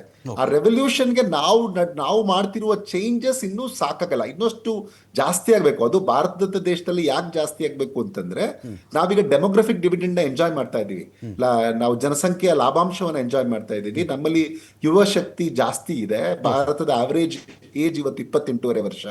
ಹಂಗಾಗಿ ನಾವು ಇವಾಗ ನೋಡಿ AI ಅಂದ್ರೆ ನಾವೇನ್ ಅನ್ಕೊಳ್ತೀವಿ, ಇಲ್ಲ ಜನರಲ್ ಆಗಿ ಡೇಟಾ ಸೈನ್ಸ್ ಹೋಗ್ಬೇಕು, ಮೆಷಿನ್ ಲರ್ನಿಂಗ್ ಕಲಿಬೇಕು, ಇಲ್ಲ ಕಂಪ್ಯೂಟರ್ ಸೈನ್ಸ್ ಇಲ್ಲಿ ಜಾಸ್ತಿ, ಇಲ್ಲ ಸೈಬರ್ ಸೆಕ್ಯೂರಿಟಿನೋ, ಕ್ಲೌಡ್ ಕಂಪ್ಯೂಟಿಂಗೋ, ಬಿಸ್ನೆಸ್ ಇಂಟೆಲಿಜೆನ್ಸ್ ಇಂಥ ಕಡೆಗೆ ಮಾತ್ರ AI ಬರುತ್ತೆ ಅಂತ. ನಾನು ಅನ್ಕೊಳ್ಳೋದು ಏನು ಅಂತಂದ್ರೆ, AI ಈಗ ಪ್ರತಿ ಫೀಲ್ಡ್ ಅಲ್ಲಿ, ಈಗ ನಿಮ್ಗೆ ಒಬ್ಬ ಡಾಕ್ಟರ್ ಆದ್ರೂ ಅವ್ನು AI ಅಲ್ಲಿ ಅವನು ಕಲ್ತ್ಕೋಬೇಕು, ಏನೋ ಅವ್ನು ಕಲ್ತ್ಕೋಬೇಕು. ಇಂಜಿನಿಯರ್ ಆದ್ರೆ ಅವನು ಕಲ್ತ್ಕೋಬೇಕು. ಒಬ್ಬ ಸರ್ವಿಸ್ ಯಾವ್ದೋ ಫೀಲ್ಡ್ ಅಲ್ಲಿ ಇದ್ರೆ ಅವ್ನು ಕಲ್ತ್ಕೋಬೇಕು. ನಾನೊಬ್ಬ ಎಕನಾಮಿಸ್ಟ್ ಆದ್ರೆ ನನಗೂ AI ನ ಅಗತ್ಯ ಇದೆ. ಸೊ ಒಬ್ಬೊಬ್ಬರಿಗೆ ಒಂದೊಂದು ಬೇರೆಯ ರೀತಿಯಲ್ಲಿ ಇರಬೇಕು. ನಾಳೆ ಬಹುಶಃ TV5ಗೂ AI ನ ಅಗತ್ಯ ಬೀಳುತ್ತೆ, ಆದ್ರೆ ಬೇರೆಯ ರೀತಿಯಲ್ಲಿ ಬೇಕಾಗುತ್ತೆ. ಸೊ ಅದನ್ನ ನಾವು ಈಗ ಚೇಂಜಸ್ ನ ಮಾಡ್ಕೊಳ್ತಾ ಹೋಗ್ಬೇಕು ಅಂತ. ಈಗ ಹೆಲ್ತ್ ಕೇರ್ ಬಗ್ಗೆ ಮಾತಾಡುವಾಗ ಅವನು ಮೆಡಿಕಲ್ ಇಮೇಜಿಂಗ್ ಹೇಗೆ ಮಾಡ್ಕೋಬೇಕು, ಅಥವಾ ಡ್ರಗ್ ಡಿಸ್ಕವರಿನ ಹೇಗೆ ಯಾವ ತರ ಮಾಡ್ಕೊಳ್ತಾನೆ, ಅಥವಾ ಒಂದು ಮೆಡಿಸಿನ್ ಪ್ರತಿಯೊಬ್ಬ ಇಂಡಿವಿಜುವಲ್ಗೆ ನಾವು ಚೈನಲ್ಲಿ ನೋಡ್ಕೊಂಡು ಇದಕ್ಕೆ ಏನೇನು ಆಗ್ತಾ ಇದೆ ಅಂತ ಡಾಕ್ಟರ್ ಗಮನಿಸಿ ಅವನಿಗೆ ಇಮಿಡಿಯೇಟ್ ಆಗಿ ಒಂದು 3D ಇಮೇಜ್ ಅಲ್ಲಿ ತಗೊಂಡು ಅವನಿಗೆ ಬಿಲ್ಡ್ ಮಾಡಿ ಅವನಿಗೆ ಕೊಡ್ಬೋದಾ, ಆ ತರದ್ದು. ಹಂಗೆ ಪ್ರತಿಯೊಂದು ಫೀಲ್ಡ್ ಅಲ್ಲಿ ಉಂಟು. ನಾನು ಹೇಳ್ತಾ ಇರೋದು, ಒಂದು ಫೈನಾನ್ಸ್ ಅಲ್ಲಿ ಬೇಕಾಗಲ್ವಾ, ಬೇಕಾಗತ್ತೆ, ಅಲ್ಲೂ ಬೇಕಾಗತ್ತೆ. ಅಲ್ಲಿ ಯಾವ ರೀತಿಯಲ್ಲಿ AI ನ ಬಳಸ್ಕೊಂಡು ಅವನು ಕಸ್ಟಮರ್ಸ್ ನ ಸ್ಯಾಟಿಸ್ಫೈ ಮಾಡ್ಲಿಕ್ಕೆ ಟ್ರೈ ಮಾಡ್ತಾನೆ, ಇಲ್ಲ ಫ್ರಾಡ್ ನ ಡಿಟೆಕ್ಷನ್ ಮಾಡಿ ಕಸ್ಟಮರ್ಸ್ಗೆ ಅನುಕೂಲ ಮಾಡ್ಕೊಡ್ತಾರೆ. ಹಾಗೆ ಒಂದು ಇ ಕಾಮರ್ಸ್ ಆಗಿರ್ಬೋದು, ಯಾವುದೇ ಒಂದು ರೋಬೋಟಿಕ್ಸ್ ಇರ್ಬೋದು, ನೀವು ಇಂಥದೊಂದು ಫೀಲ್ಡ್ ಇದೆ ಅಂತಂದ್ರೆ ಆ ಫೀಲ್ಡ್ಗೆ ಅಗತ್ಯ ಇದೆ. ಆದ್ರೆ ಮೊದಲಿನಷ್ಟು ಜನ ಅಗತ್ಯ ಇರಲ್ಲ. ಯಾಕೆಂದ್ರೆ AI ನಮ್ಗೆ ಕಡಿಮೆ ಜನ. ಇವಾಗ ಕಂಪ್ಯೂಟರ್ ಬಂದಾಗ ಸ್ಟಾರ್ಟಿಂಗ್ ಅಲ್ಲಿ ಹಂಗೆ ಅಂತ ಇದ್ರೆ, ಎಲ್ಲ ಕಂಪ್ಯೂಟರ್ ತಂದ್ಬಿಟ್ಟು ನಮ್ಮಂತ ದೇಶಗಳಲ್ಲಿ ನಿರುದ್ಯೋಗ ಹೆಚ್ಚಿಗೆ ಮಾಡ್ಬಿಡ್ತಾರೆ ಅಂತ. ಆದ್ರೆ ಕಂಪ್ಯೂಟರ್ ಬಂದ್ಮೇಲೆ ಉದ್ಯೋಗ ಮತ್ತಷ್ಟು ಹೆಚ್ಚಾಯ್ತು. ಆ ಪೀರಿಯಡ್ ಅಲ್ಲಿ ಕಡಿಮೆ ಆಯ್ತು ಬಿಟ್ರೆ ಅನಂತರ ಜಾಸ್ತಿ ಆಗ್ತಾ ಹೋಯ್ತು. ಇಂಡಿಯನ್ಸ್ ಯಾವಾಗ್ಲೂ ಕ್ರೈಸಿಸ್ ಅಲ್ಲಿ ತುಂಬಾ ಚೆನ್ನಾಗಿ ಆಕ್ಟ್ ಮಾಡ್ತಾರೆ. ನೀವು ಗಮನಿಸಿರ್ಬೇಕು, ನಮ್ಗೆ ಯಾವಾಗ ಇದನ್ನ ಕೊಡಲ್ಲ, ಅವ್ರು ಸೂಪರ್ ಕಂಪ್ಯೂಟರ್ಸ್ ಕೊಡಲ್ಲ ಅಂತ ಅಮೆರಿಕ ಹೇಳಿದಾಗ, ನಾವು ಸೂಪರ್ ಕಂಪ್ಯೂಟರ್ ಅವ್ರಿಗೆ ಇವಾಗ ಎಕ್ಸ್ಪೋರ್ಟ್ ಮಾಡ್ತಾ ಇದೀವಿ, ಅವ್ರಿಗೆ ತಗೊಳ್ತಾ ಇದಾರೆ ನಮ್ದನ್ನ. ಹಾಗೇನೆ ಕ್ರೊನೋಜೆನಿಕ್ ಎಂಜಿನ್ಸ್ ಅಂದ್ರೆ ಕ್ರೈಸಿಸ್ ಅಲ್ಲಿ ಇವ್ರು ಚೆನ್ನಾಗಿ ಕಲಿತಾರೆ. ಬಟ್ ಏನಂದ್ರೆ ಈಗ ಇದಕ್ಕೆ ಮೂರೂ, ಈಗ ಗವರ್ಮೆಂಟ್ ಆಗ್ಲಿ, ಕಂಪನೀಸ್ ಆಗ್ಲಿ, ಮತ್ತೆ ನಾವು ಯುವಕರು ಯಾರೇ ಇರ್ಲಿ, ಎಲ್ಲರೂ ಅಲೈನ್ ಮಾಡ್ಬೇಕು. ಸ್ಟೇಕ್ ಹೋಲ್ಡರ್ಸ್, ಟೀಚರ್ಸ್ ಮತ್ತೆ ಯುವಕರು ಎಲ್ಲರೂ ಅಲೈನ್ ಆಗ್ಬೇಕು. ಈಗ ನೋಡಿ, ಗವರ್ಮೆಂಟ್ ಇದೆ ಇನಿಷಿಯೇಟಿವ್ಸ್ ಆಗಿಲ್ವಾ ಅಂದ್ರೆ ಆಗಿದೆ, ಆದ್ರೆ ಇಷ್ಟೇ ಸಾಕಂದ್ರೆ ನನ್ನ ಪ್ರಕಾರ ಇನ್ನೂ ಬೇಕು ಅಂತ. ನಾನು ಕೆಲವನ್ನ ಇನಿಷಿಯೇಟಿವ್ಸ್ ಅವ್ರದ್ದು ಹೇಳ್ಬೋದು ಅಂತಂದ್ರೆ, ಈಗ ಯುವ ಅಂತ ಮಾಡಿದ್ರು, ಯೂತ್ ಫಾರ್ ಉನ್ನತಿ ಅಂಡ್ ವಿಕಾಸ್ ವಿತ್ AI ಅಂತ. ಇದನ್ನ ಗವರ್ಮೆಂಟ್ ಆಫ್ ಇಂಡಿಯಾ ಮಾಡಿತ್ತು. ಯಾಕಂದ್ರೆ ಈವನ್ ಅದು 8ನೇ ಕ್ಲಾಸಿನ 12ನೇ ಕ್ಲಾಸ್ ವಿದ್ಯಾರ್ಥಿಗಳಲ್ಲೇ ಅದನ್ನ ಕಲಿಸ್ಬೇಕು ಅನ್ನುವಂಥದ್ದು ಒಂದು ಮಾಡಿದ್ರು. ಹಾಗೇನೆ ಸ್ಕಿಲ್ಲಿಂಗ್ ಫಾರ್ AI ರೆಡಿನೆಸ್ ಅಂತ ಒಂದು ಮಾಡಿದ್ರು. NEP ನಲ್ಲಿ ಈಗ ನೋಡಿ, ನಾವು ಈವನ್ ಆರ್ಟ್ಸ್ ಅಲ್ಲಿ AI ತಂದಿದ್ದೀವಿ. ಆದ್ರೆ ಇಲ್ಲಿ ಒಂದೇನು ಅಂತಂದ್ರೆ, ನಾವು ಇಲ್ಲಿ ಟೀಚರ್ಸ್ಗೆ ಟ್ರೈನಿಂಗ್ ಕೊಡ್ಬೇಕು. ಫಸ್ಟ್ ಸಿಲೆಬಸ್ ಎಲ್ಲ ಮಾಡಿದೀವಿ, ಕರಿಕ್ಯುಲಮ್ ಮಾಡಿದೀವಿ, ಆದ್ರೆ ಟೀಚರ್ಸ್ ಟ್ರೈನಿಂಗ್ ಕೊಡಬೇಕು. ಯಾವ ರೀತಿ ಇದನ್ನ ನೀನ್ ಕಲಿಸ್ಬೇಕಪ್ಪ, ಇಲ್ಲಿ AI ನ ಒಂದು ಎಕನಾಮಿಕ್ಸ್ಗೋ, ಹಿಸ್ಟ್ರಿಗೋ, ಸೋಷಿಯಾಲಜಿಗೋ ಬಳಸ್ಕೊಂಡು ಯಾವ ರೀತಿಯಲ್ಲಿ ನಾವು ಎಂಪ್ಲಾಯ್ಮೆಂಟ್ ಮಾರ್ಕೆಟ್ ನ ಕೇಟರ್ ಮಾಡ್ಬೋದು ಅನ್ನೋದನ್ನ ಅವನಿಗೆ ಕಲಿಸ್ಬೇಕು. ಹಾಗೇನೆ ಈಗ ಕಾಮರ್ಸ್ ಆಗಿರ್ಬೋದು, ಮ್ಯಾನೇಜ್ಮೆಂಟ್ ಇರ್ಬೋದು. ಈಗ ಬರೀ ನಾವು ಮಾತಾಡ್ತಿರೋದು ಏನು ಅಂತಂದ್ರೆ ಡೇಟಾ ಸೈನ್ಸ್, ಕಂಪ್ಯೂಟರ್ ಸೈನ್ಸ್. ಅದಕ್ಕೆ ಎಷ್ಟೋ ಕಾಲೇಜ್ಗಳಲ್ಲಿ, ಒಂದು ಇಂಜಿನಿಯರಿಂಗ್ ಕಾಲೇಜ್ಗಳಲ್ಲಿ 1000 ಗಟ್ಟಲೆ AI ಅಥವಾ ಇನ್ಫಾರ್ಮೇಶನ್ ಸೈನ್ಸ್ ಅನ್ನು ತಗೊಂಡಿರುವಂತ ವಿದ್ಯಾರ್ಥಿಗಳಿದ್ದಾರೆ. ಒಂದೊಂದು ವರ್ಷಕ್ಕೆ ಅಷ್ಟು ಜನ ಸೀಟ್ಗಳನ್ನ ಹೆಚ್ಚಿಗೆ ಆಗಿದೆ. ಸೊ ಅದ್ರ ನಾನನ್ನೋದು ಎಲ್ಲ ಫೀಲ್ಡ್ ಅಲ್ಲೂ ಇದನ್ನ ತಗೋಬೇಕು. ಈಗ NEP ಬಂದಾಗ ಈ ತರದೊಂದು ಪಾಲಿಸಿ ಇತ್ತು ಅದ್ರಲ್ಲಿ. ಸೊ ಅದಕ್ಕೆ ಟೀಚರ್ಸ್ಗೆ ಫಸ್ಟ್ ಟ್ರೈನ್ ಮಾಡ್ಬೇಕು. ನನ್ನ ಪ್ರಕಾರ ಫಸ್ಟ್ ಟ್ರೈನಿಂಗ್ ಕೊಡ್ಬೇಕಾಗಿರೋದು ನಾವು ಟೀಚರ್ಸ್ ಟ್ರೈನ್ ಮಾಡ್ಬೇಕು. ಟೀಚರ್ಸ್ ಟ್ರೈನ್ ಮಾಡಿ ನಾವು ರೆಡಿ ಮಾಡಿದ್ರೆ ಅವಾಗ ನೋಡಿ ಎಲ್ಲ ವರ್ಕ್ ಫೋರ್ಸ್ಗೂ ನಮ್ಗೆ ಇಮಿಡಿಯೇಟ್ ಆಗಿ ರೆಡಿ ಆಗ್ತಾರೆ. ಮತ್ತೇನಂದ್ರೆ ನಾಳೆ ಇನ್ನೂ ಚೇಂಜ್ ಆಗ್ಬೋದು. ನಾನು ಇವತ್ತು ಕಲ್ಸಿರೋದು ಅವ್ನು 6 ತಿಂಗಳಿಂದ ಹೊರಗಡೆ ಬರ್ತಾನೆ ಅಂತಂದ್ರೆ 6 ತಿಂಗಳಿಗೆ ಇದು ವೇಸ್ಟ್ ಆಗಿರ್ಬೋದು ನಾನು ಕಲಿಸ್ತಾ ಇರೋದು. ಆದ್ರೆ ಅವ್ನು 6 ತಿಂಗಳ ನಂತರ ಬಂದಾಗ್ಲೂ ಅದಕ್ಕೆ ರೆಡಿ ಆಗೋ ತರದಲ್ಲಿ ಅವನಿಗೆ ನಾನು ಟ್ರೈನಿಂಗ್ ಕೊಟ್ರೆ, ಏನೇ ಬಂದ್ರು ಅವ್ನು ಅಬ್ಸರ್ವ್ ಮಾಡ್ಕೊಂಡು ಇಮಿಡಿಯೇಟ್ ಆಗಿ ಕಲ್ತು ಒಂದು 24 ಅವರ್ಸ್ ಅಲ್ಲಿ ಅವ್ನು ರೆಡಿ ಆಗುವಂತ ಒಂದು ಫೌಂಡೇಶನ್ ಬೇಸ್ ನ ನಾನು ಕೊಟ್ರೆ, ಒಂದು ಸಿಸ್ಟಮ್ ಕೊಟ್ರೆ, ಒಂದು ಸೊಸೈಟಿ ಕೊಟ್ರೆ ಖಂಡಿತವಾಗಿ ಅವ್ನು ಕಲ್ತ್ಕೋತಾನೆ. ಸೊ ಈ ತರದನ್ನ ಒಂದು ಮಾಡ್ಬೇಕು. ಹಂಗಾಗಿ ಅದು AI ಫಾರ್ ಆಲ್ ವಿಷನ್ ಅಂತಾನು ಒಂದು ಸರ್ಕಾರದ AI ಫಾರ್ ಆಲ್ ಅಂತ ಒಂದು ಪ್ರೋಗ್ರಾಮ್ ಇದೆ. ಹೀಗೇನೆ ಮತ್ತೆ ಓಪನ್ GPU ಮಾರ್ಕೆಟ್ ಪ್ಲೇಸ್, ಈ ತರ ಓಪನ್ ಆಗಿ ಸ್ಪೇಸ್ ಅಲ್ಲಿ ಸಿಗೋತ್ರ ಈ ತರ. ಮತ್ತೆ ಟೀಚರ್ಸ್ ಟ್ರೈನಿಂಗ್ ಮಾಡಿಲ್ಲ ಅಂತಲ್ಲ, ಬಟ್ ಏನು ಆಗ್ತಾ ಇಲ್ಲ. ನನ್ನ ಪ್ರಕಾರ ಸಾಕಷ್ಟು ಆಗ್ಬೇಕಾಗಿತ್ತು ಇಷ್ಟೊತ್ತಿಗೆ, ಅದಾಗ್ತಿಲ್ಲ. ಆ ಕಡೆಗೆ ಹೆಚ್ಚು ಫೋಕಸ್ ಕೊಡ್ಲಿ ಅಂತ ನಂಗೆ ಅನ್ಸುತ್ತೆ. ಅಖಾಡ ಬಿಗ್ ಫೈಟ್ ನಲ್ಲಿ ಉದ್ಯೋಗದ ಭವಿಷ್ಯದ ಉದ್ಯೋಗ, ಇದ್ರ ಬಗ್ಗೆ ಮಾತಾಡ್ತಾ ಇದ್ದೀವಿ. ಈಗ ಉಮೇಶ್ P. ಪಾಟೀಲ್ ಸರ್ಗೆ ನನ್ನ ಪ್ರಶ್ನೆ ಇರುತ್ತೆ. ಉಮೇಶ್ ಸರ್, ಈಗ ಸ್ಟ್ರೈಟ್ ಅವೇ ಸರ್, ಈಗ ಈ ಕಾಲದ ಮಕ್ಕಳಿಗೆ ಈಗ ಎಲ್ಲರೂ ಕಲೀಲೇಬೇಕಾ? ಕಲಿತ್ರೇ ಉಳಿಗಾಲ್ವಾ? ಇಲ್ದಿರ್ತಕ್ಕಂಥ ಫೀಲ್ಡ್ಗಳು ಬೇಕಾದಷ್ಟಿದೆ. ಸಪೋಸ್ ಈಗ ನಾವು ಚೈನಾ ಅಂತ ಕನ್ಸಿಡರ್ ಮಾಡಿದ್ರೆ, ಉತ್ಪಾದನೆ ಮಾಡೋಕ್ಕೆ ಅಂದರೆ ಅವರೆಲ್ಲರೂ ಕೂಡ ಪ್ರಾಡಕ್ಟ್ಗಳ ಮೇಲೆ ಡಿಪೆಂಡ್ ಆಗಿರ್ತಕ್ಕಂಥ ದೇಶ. ಉತ್ಪಾದನೆ ಮಾಡೋಕ್ಕೆ ಜನ ಬೇಕೇ ಬೇಕು, ಸಾಕು ಜನ ಬೇಕೇ ಬೇಕು, ಯಂತ್ರಗಳನ್ನು ಹ್ಯಾಂಡಲ್ ಮಾಡೋಕ್ಕೆ ಬೇಕು, ಎಲ್ಲವೂ ಓಕೆ. ಆದರೆ ಅವರು ಕೂಡ ಬಳಸ್ಕೊಂಡು ಗಣನೀಯ ಪ್ರಮಾಣದ ಉತ್ಪಾದನೆ ಜಾಸ್ತಿ ಮಾಡ್ಕೊಳ್ಬಹುದು, ಮ್ಯಾನ್ ಪವರ್ನ ಕಡಿಮೆ ಮಾಡ್ಕೊಳ್ಬಹುದು ಅಂತ ಚಾನ್ಸಸ್ ಅವ್ರಿಗಿರುತ್ತೆ. ನಮ್ಮ ದೇಶ ಅಂತ ಬಂದಾಗ ನಾವು ಈ ಮಕ್ಕಳಿಗೆ ಯಾವ ಕೋರ್ಸ್ ಹೇಳ್ಕೊಡ್ಬೇಕೀಗ? ಯಾವ್ಯಾವ ಕೋರ್ಸ್ಗಳಿಗೆ ಪೋಷಕರು ಸಪೋಸು, ಆಮೇಲೆ ಮಕ್ಕಳಿಗೆ ನಮ್ಮ ದೇಶದಲ್ಲಿ ಹೇರ್ಕೊಂಡು ಬಂದಿರೋದೇ ಜಾಸ್ತಿ. ನನಗೆ ಆಸೆ ಇದೆ ಮಗ ಇಂಜಿನಿಯರ್ ಆಗಬೇಕು ಅಂದರೆ ಇಂಜಿನಿಯರ್ ಆಗಿಬಿಡ್ಬೇಕು ಅವನು. ನನಗೆ ಆಸೆ ಇದೆ ಶಿಕ್ಷಕ ಆಗಬೇಕು ಅಂದರೆ ಶಿಕ್ಷಕ ಆಗಬೇಕು ಅವನು. ಡಾಕ್ಟರ್ ಆಗಬೇಕು ಅಂದರೆ ಡಾಕ್ಟರ್ ಆಗಬೇಕು, IAS ಆಗಬೇಕು ಅಂದರೆ ನಾನು ಡಿಸೈಡ್ ಮಾಡಿಬಿಡ್ತೀನಿ. ಅವನ ಅಭಿರುಚಿಗಳು, ಒಬ್ಬ ಒಳ್ಳೆ ಸ್ಪೋರ್ಟ್ಸ್ ಪ್ಲೇಯರ್ ಆಗಬೇಕು ಅಂತ ಆಸೆ ಇರಬಹುದು ಅವನಿಗೆ, ಕನ್ಸಿಡರೇ ಮಾಡಲ್ಲ ನಾವು. ಸೊ ಹೀಗಿದ್ದಾಗ ಮತ್ತು ಮಾರ್ಕ್ಸ್ ರೇಸು ಸರ್. ಅವನಿಗಿಂತ ಹಿಂದೆ ಬೀದಿ ಹುಡುಗ ಇದ್ದಾನಲ್ಲ, ಅವನದೆಷ್ಟು ಮಾರ್ಕ್ಸು 96, ಒಂದು ನಿಂದೆಷ್ಟು 87, ಮುಗೀತು. ಇವನು ಪೂರ್ತಿ ಕಳಪೆ ಹುಡುಗ. 87 ತೆಗೆದಿರೋನು ಪೂರ್ತಿ ಕಳಪೆ ಇವನು. ಅವ್ರದ್ದೆಷ್ಟು 98 ಅಂತೆ, ನಿಂದೆಷ್ಟು 95, 3 ಮಾರ್ಕ್ಸು. ಅವ್ರು ಹೆಂಗೆ ಓದ್ತಿದ್ದಾರೆ ಗೊತ್ತಾ, ನೀನು ಆಟ ಆಡ್ಕೊಂಡಿದ್ಯಾ ಇಲ್ಲಿ ಅಂತ ಮಾತಾಡ್ತಾರೆ. ಸೊ ಇದ್ರ ಆಚೆಗೆ ಸರ್ ಯಾವ ಕೋರ್ಸ್ಗಳಿಗೆ ನಮ್ಮ ಮಕ್ಕಳನ್ನು ನಾವು ಕಲಿಸ್ಬೇಕಾಗತ್ತೆ, AI ಬೇಕು ಈ ಕೋರ್ಸ್ಗೆ ಅಂತ ಬಂದಾಗ, ಅಥವಾ ಇಲ್ಲ ಇದು ಇಲ್ದಿರ್ತಕ್ಕಂಥ ಫೀಲ್ಡು ಬೇಕಾದಷ್ಟಿದೆ ಅಂದಾಗ ಯಾವ ಕಡೆ ಫೋಕಸ್ ಮಾಡಬೇಕು ಅಂತ.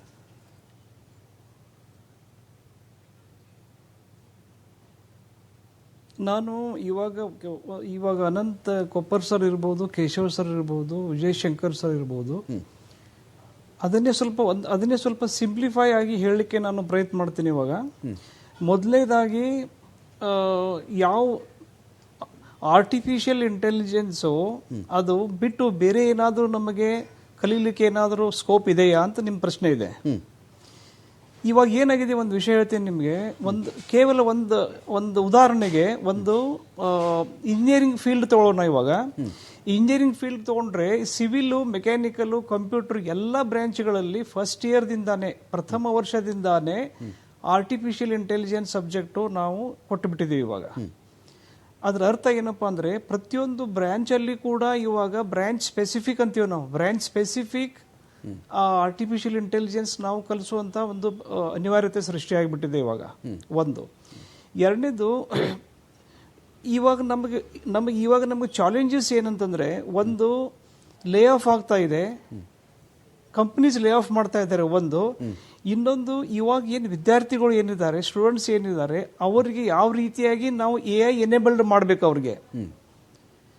ಇವೆರಡು ಚಾಲೆಂಜ್ ಇದೆ ಇವಾಗ. ಲೇ ಆಫ್ ಮಾಡೋದಂತೆ ನಮ್ಮ ಅನಂತ್ ಕೊಪ್ಪರ್ ಸರ್ ಹೇಳಿದರು, ವಿಜಯ್ ಶಂಕರ್ ಸರ್ ಹೇಳಿದರು, ಕೇಶವ್ ಸರ್ ಹೇಳಿದರು. ಈಗ ನಾನು ಒಂದು ಕಡೆ ಬರ್ತೇನೆ. ಇವಾಗ ಒಂದು ಇಂಜಿನಿಯರಿಂಗ್ ಕಾಲೇಜುಗಳಲ್ಲಿ ಮಾತ್ರ ಎಲ್ಲ ಬ್ರಾಂಚಲ್ಲಿ ನಾವು AI ಕಲಿಬೇಕಾಗಿದೆ.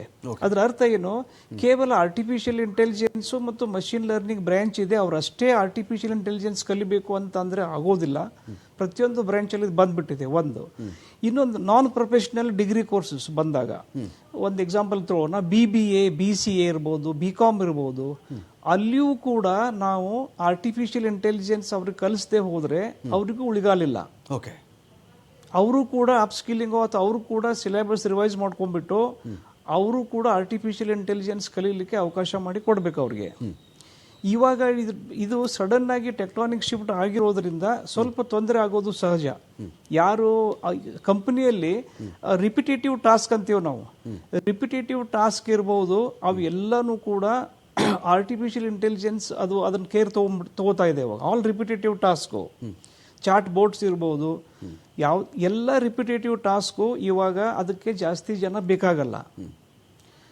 ಈ ಒಂದು ಹಿನ್ನೆಲೆಯಲ್ಲಿ ನಾವು ಪ್ರತಿಯೊಂದು ಯಾವುದೇ ಒಂದು ಡೊಮೇನ್ ಇರ್ಬೋದು, ಯಾವುದೇ ಒಂದು ಕೋರ್ಸ್ ನಾವು ಕಲಿತಿರ್ಬೋದು, ಪ್ರೊಫೆಷ್ನಲ್ಲು, ನಾನ್ ಪ್ರೊಫೆಷ್ನಲ್ಲು, ಈವನ್ ಮೆಡಿಕಲ್ ಹಿಡ್ಕೊಂಡ್ಬಿಟ್ಟು, ಮೆಡಿಕಲ್ಲು, ಫಾರ್ಮಸಿ, ಎಲ್ಲದರಲ್ಲಿ ಇದು ನಾವು ಅಳವಡಿಸ್ಬೇಕು.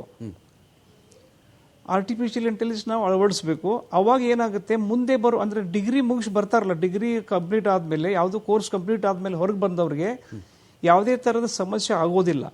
ಈ ಥರ ನಾವು ಮಾಡಬೇಕು. ಒಂದು, ಇದು ಯಾರಿಗಿದು ಇನ್ನು ಮುಂದೆ ಇದನ್ನು ಕಲೀಲಿಕ್ಕೆ ಹೋಗುವಂಥ ವಿದ್ಯಾರ್ಥಿಗಳಿಗೆ ಇದು ಒಂದು ಪ್ರಶ್ನೆ ಆಯಿತು. ಇದೊಂದು ಚಾಲೆಂಜು. ಇನ್ನೊಂದು, ನಾನು ಪದೇ ಹೇಳ್ತಾ ಇದ್ದೀನಿ, ಲೇ ಆಫ್ ಮಾಡ್ತಾ ಇದ್ದಾರೆ ಅಂತ. ಎಲ್ಲ ಕಡೆ ಲೇ ಆಫ್ ಆಗ್ತಾ ಇರೋದು ಸಹಜ, ಇದು ನಡೀತಾ ಇದೆ. ಅದನ್ನು ತಪ್ಪಿಸೋಕೆ ನಮ್ಮಿಂದ ಸಾಧ್ಯ ಇಲ್ಲ. ಲೇ ಆಫ್ ಅಂತ ಆಗ್ತಾ ಇರುತ್ತೆ ಅದು. ಅದರಲ್ಲಿ ಕೆಲವೊಬ್ಬರು ಅಪ್ಸ್ಕಿಲ್, ರೀಸ್ಕಿಲ್ ಮಾಡಿಕೊಂಡ್ರೆ ಅವರು ಬಚಾವ್ ಆಗ್ತಾರೆ ಅಷ್ಟೇ. Fine. Thank you Umesh P Patil sir, ಸಾಕಷ್ಟು ವಿಷಯಗಳ ಬಗ್ಗೆ ಮಾಹಿತಿ ಹಂಚಿಕೊಂಡಿದ್ದೀರಿ. Thank you Vijay Shankar sir, thank you doctor Anant Koppar sir, thank you doctor Keshav sir. ಸಾಕಷ್ಟು ವಿಷಯಗಳ ಬಗ್ಗೆ ಮಾತಾಡಿದ್ದೀರಿ. ಏನಿಂದ ಮುಂದೆ ಜಾಬ್ಗಳು ಹೋಗದೇ ಇರುವ ರೀತಿಯಲ್ಲಿ ಸ್ಕಿಲ್ಲನ್ನು ಅಪ್ಗ್ರೇಡ್ ಮಾಡ್ಕೊಳ್ಳೋಣ, ಕೌಶಲ್ಯ ವೃದ್ಧಿ ಆಗಲಿ. ಜೊತೆಗೆ ಶಾಲಾ ಹಂತದಲ್ಲಿ ಒಂಥರ ಲಘು ಪ್ರಮಾಣದಲ್ಲಿ AI ಬಗ್ಗೆ ಒಂದಷ್ಟು ಪಾಠಗಳು ಶುರುವಾದರೂ ಕೂಡ ಅವರೊಂದು ಪ್ರಾಪ್ತ ವಯಸ್ಕರಾಗುವಷ್ಟರಲ್ಲಿ, ಅವರೊಂದು ಉದ್ಯೋಗಕ್ಕೆ ಹೋಗುವಷ್ಟರಲ್ಲಿ ಒಂದು ಪ್ರಾಥಮಿಕ ಹಂತದ ಒಂದು ನಾಲೆಡ್ಜ್ ಅವರಿಗೆ ಬರುತ್ತೆ. ಆ ಮೂಲಕವಾಗಿ AI ಇವತ್ತಿಗೆ ಸವಾಲಾಗಿರಬಹುದು, ಆ ನಂತರದಲ್ಲಿ AI ಅಳವಡಿಸಿಕೊಂಡ್ರೆ ಅದರಿಂದ ಸಾಕಷ್ಟು ಪ್ರೊಡಕ್ಟಿವಿಟಿ ಕೂಡ ಇದೆ ಅಂತ ಹೇಳಿ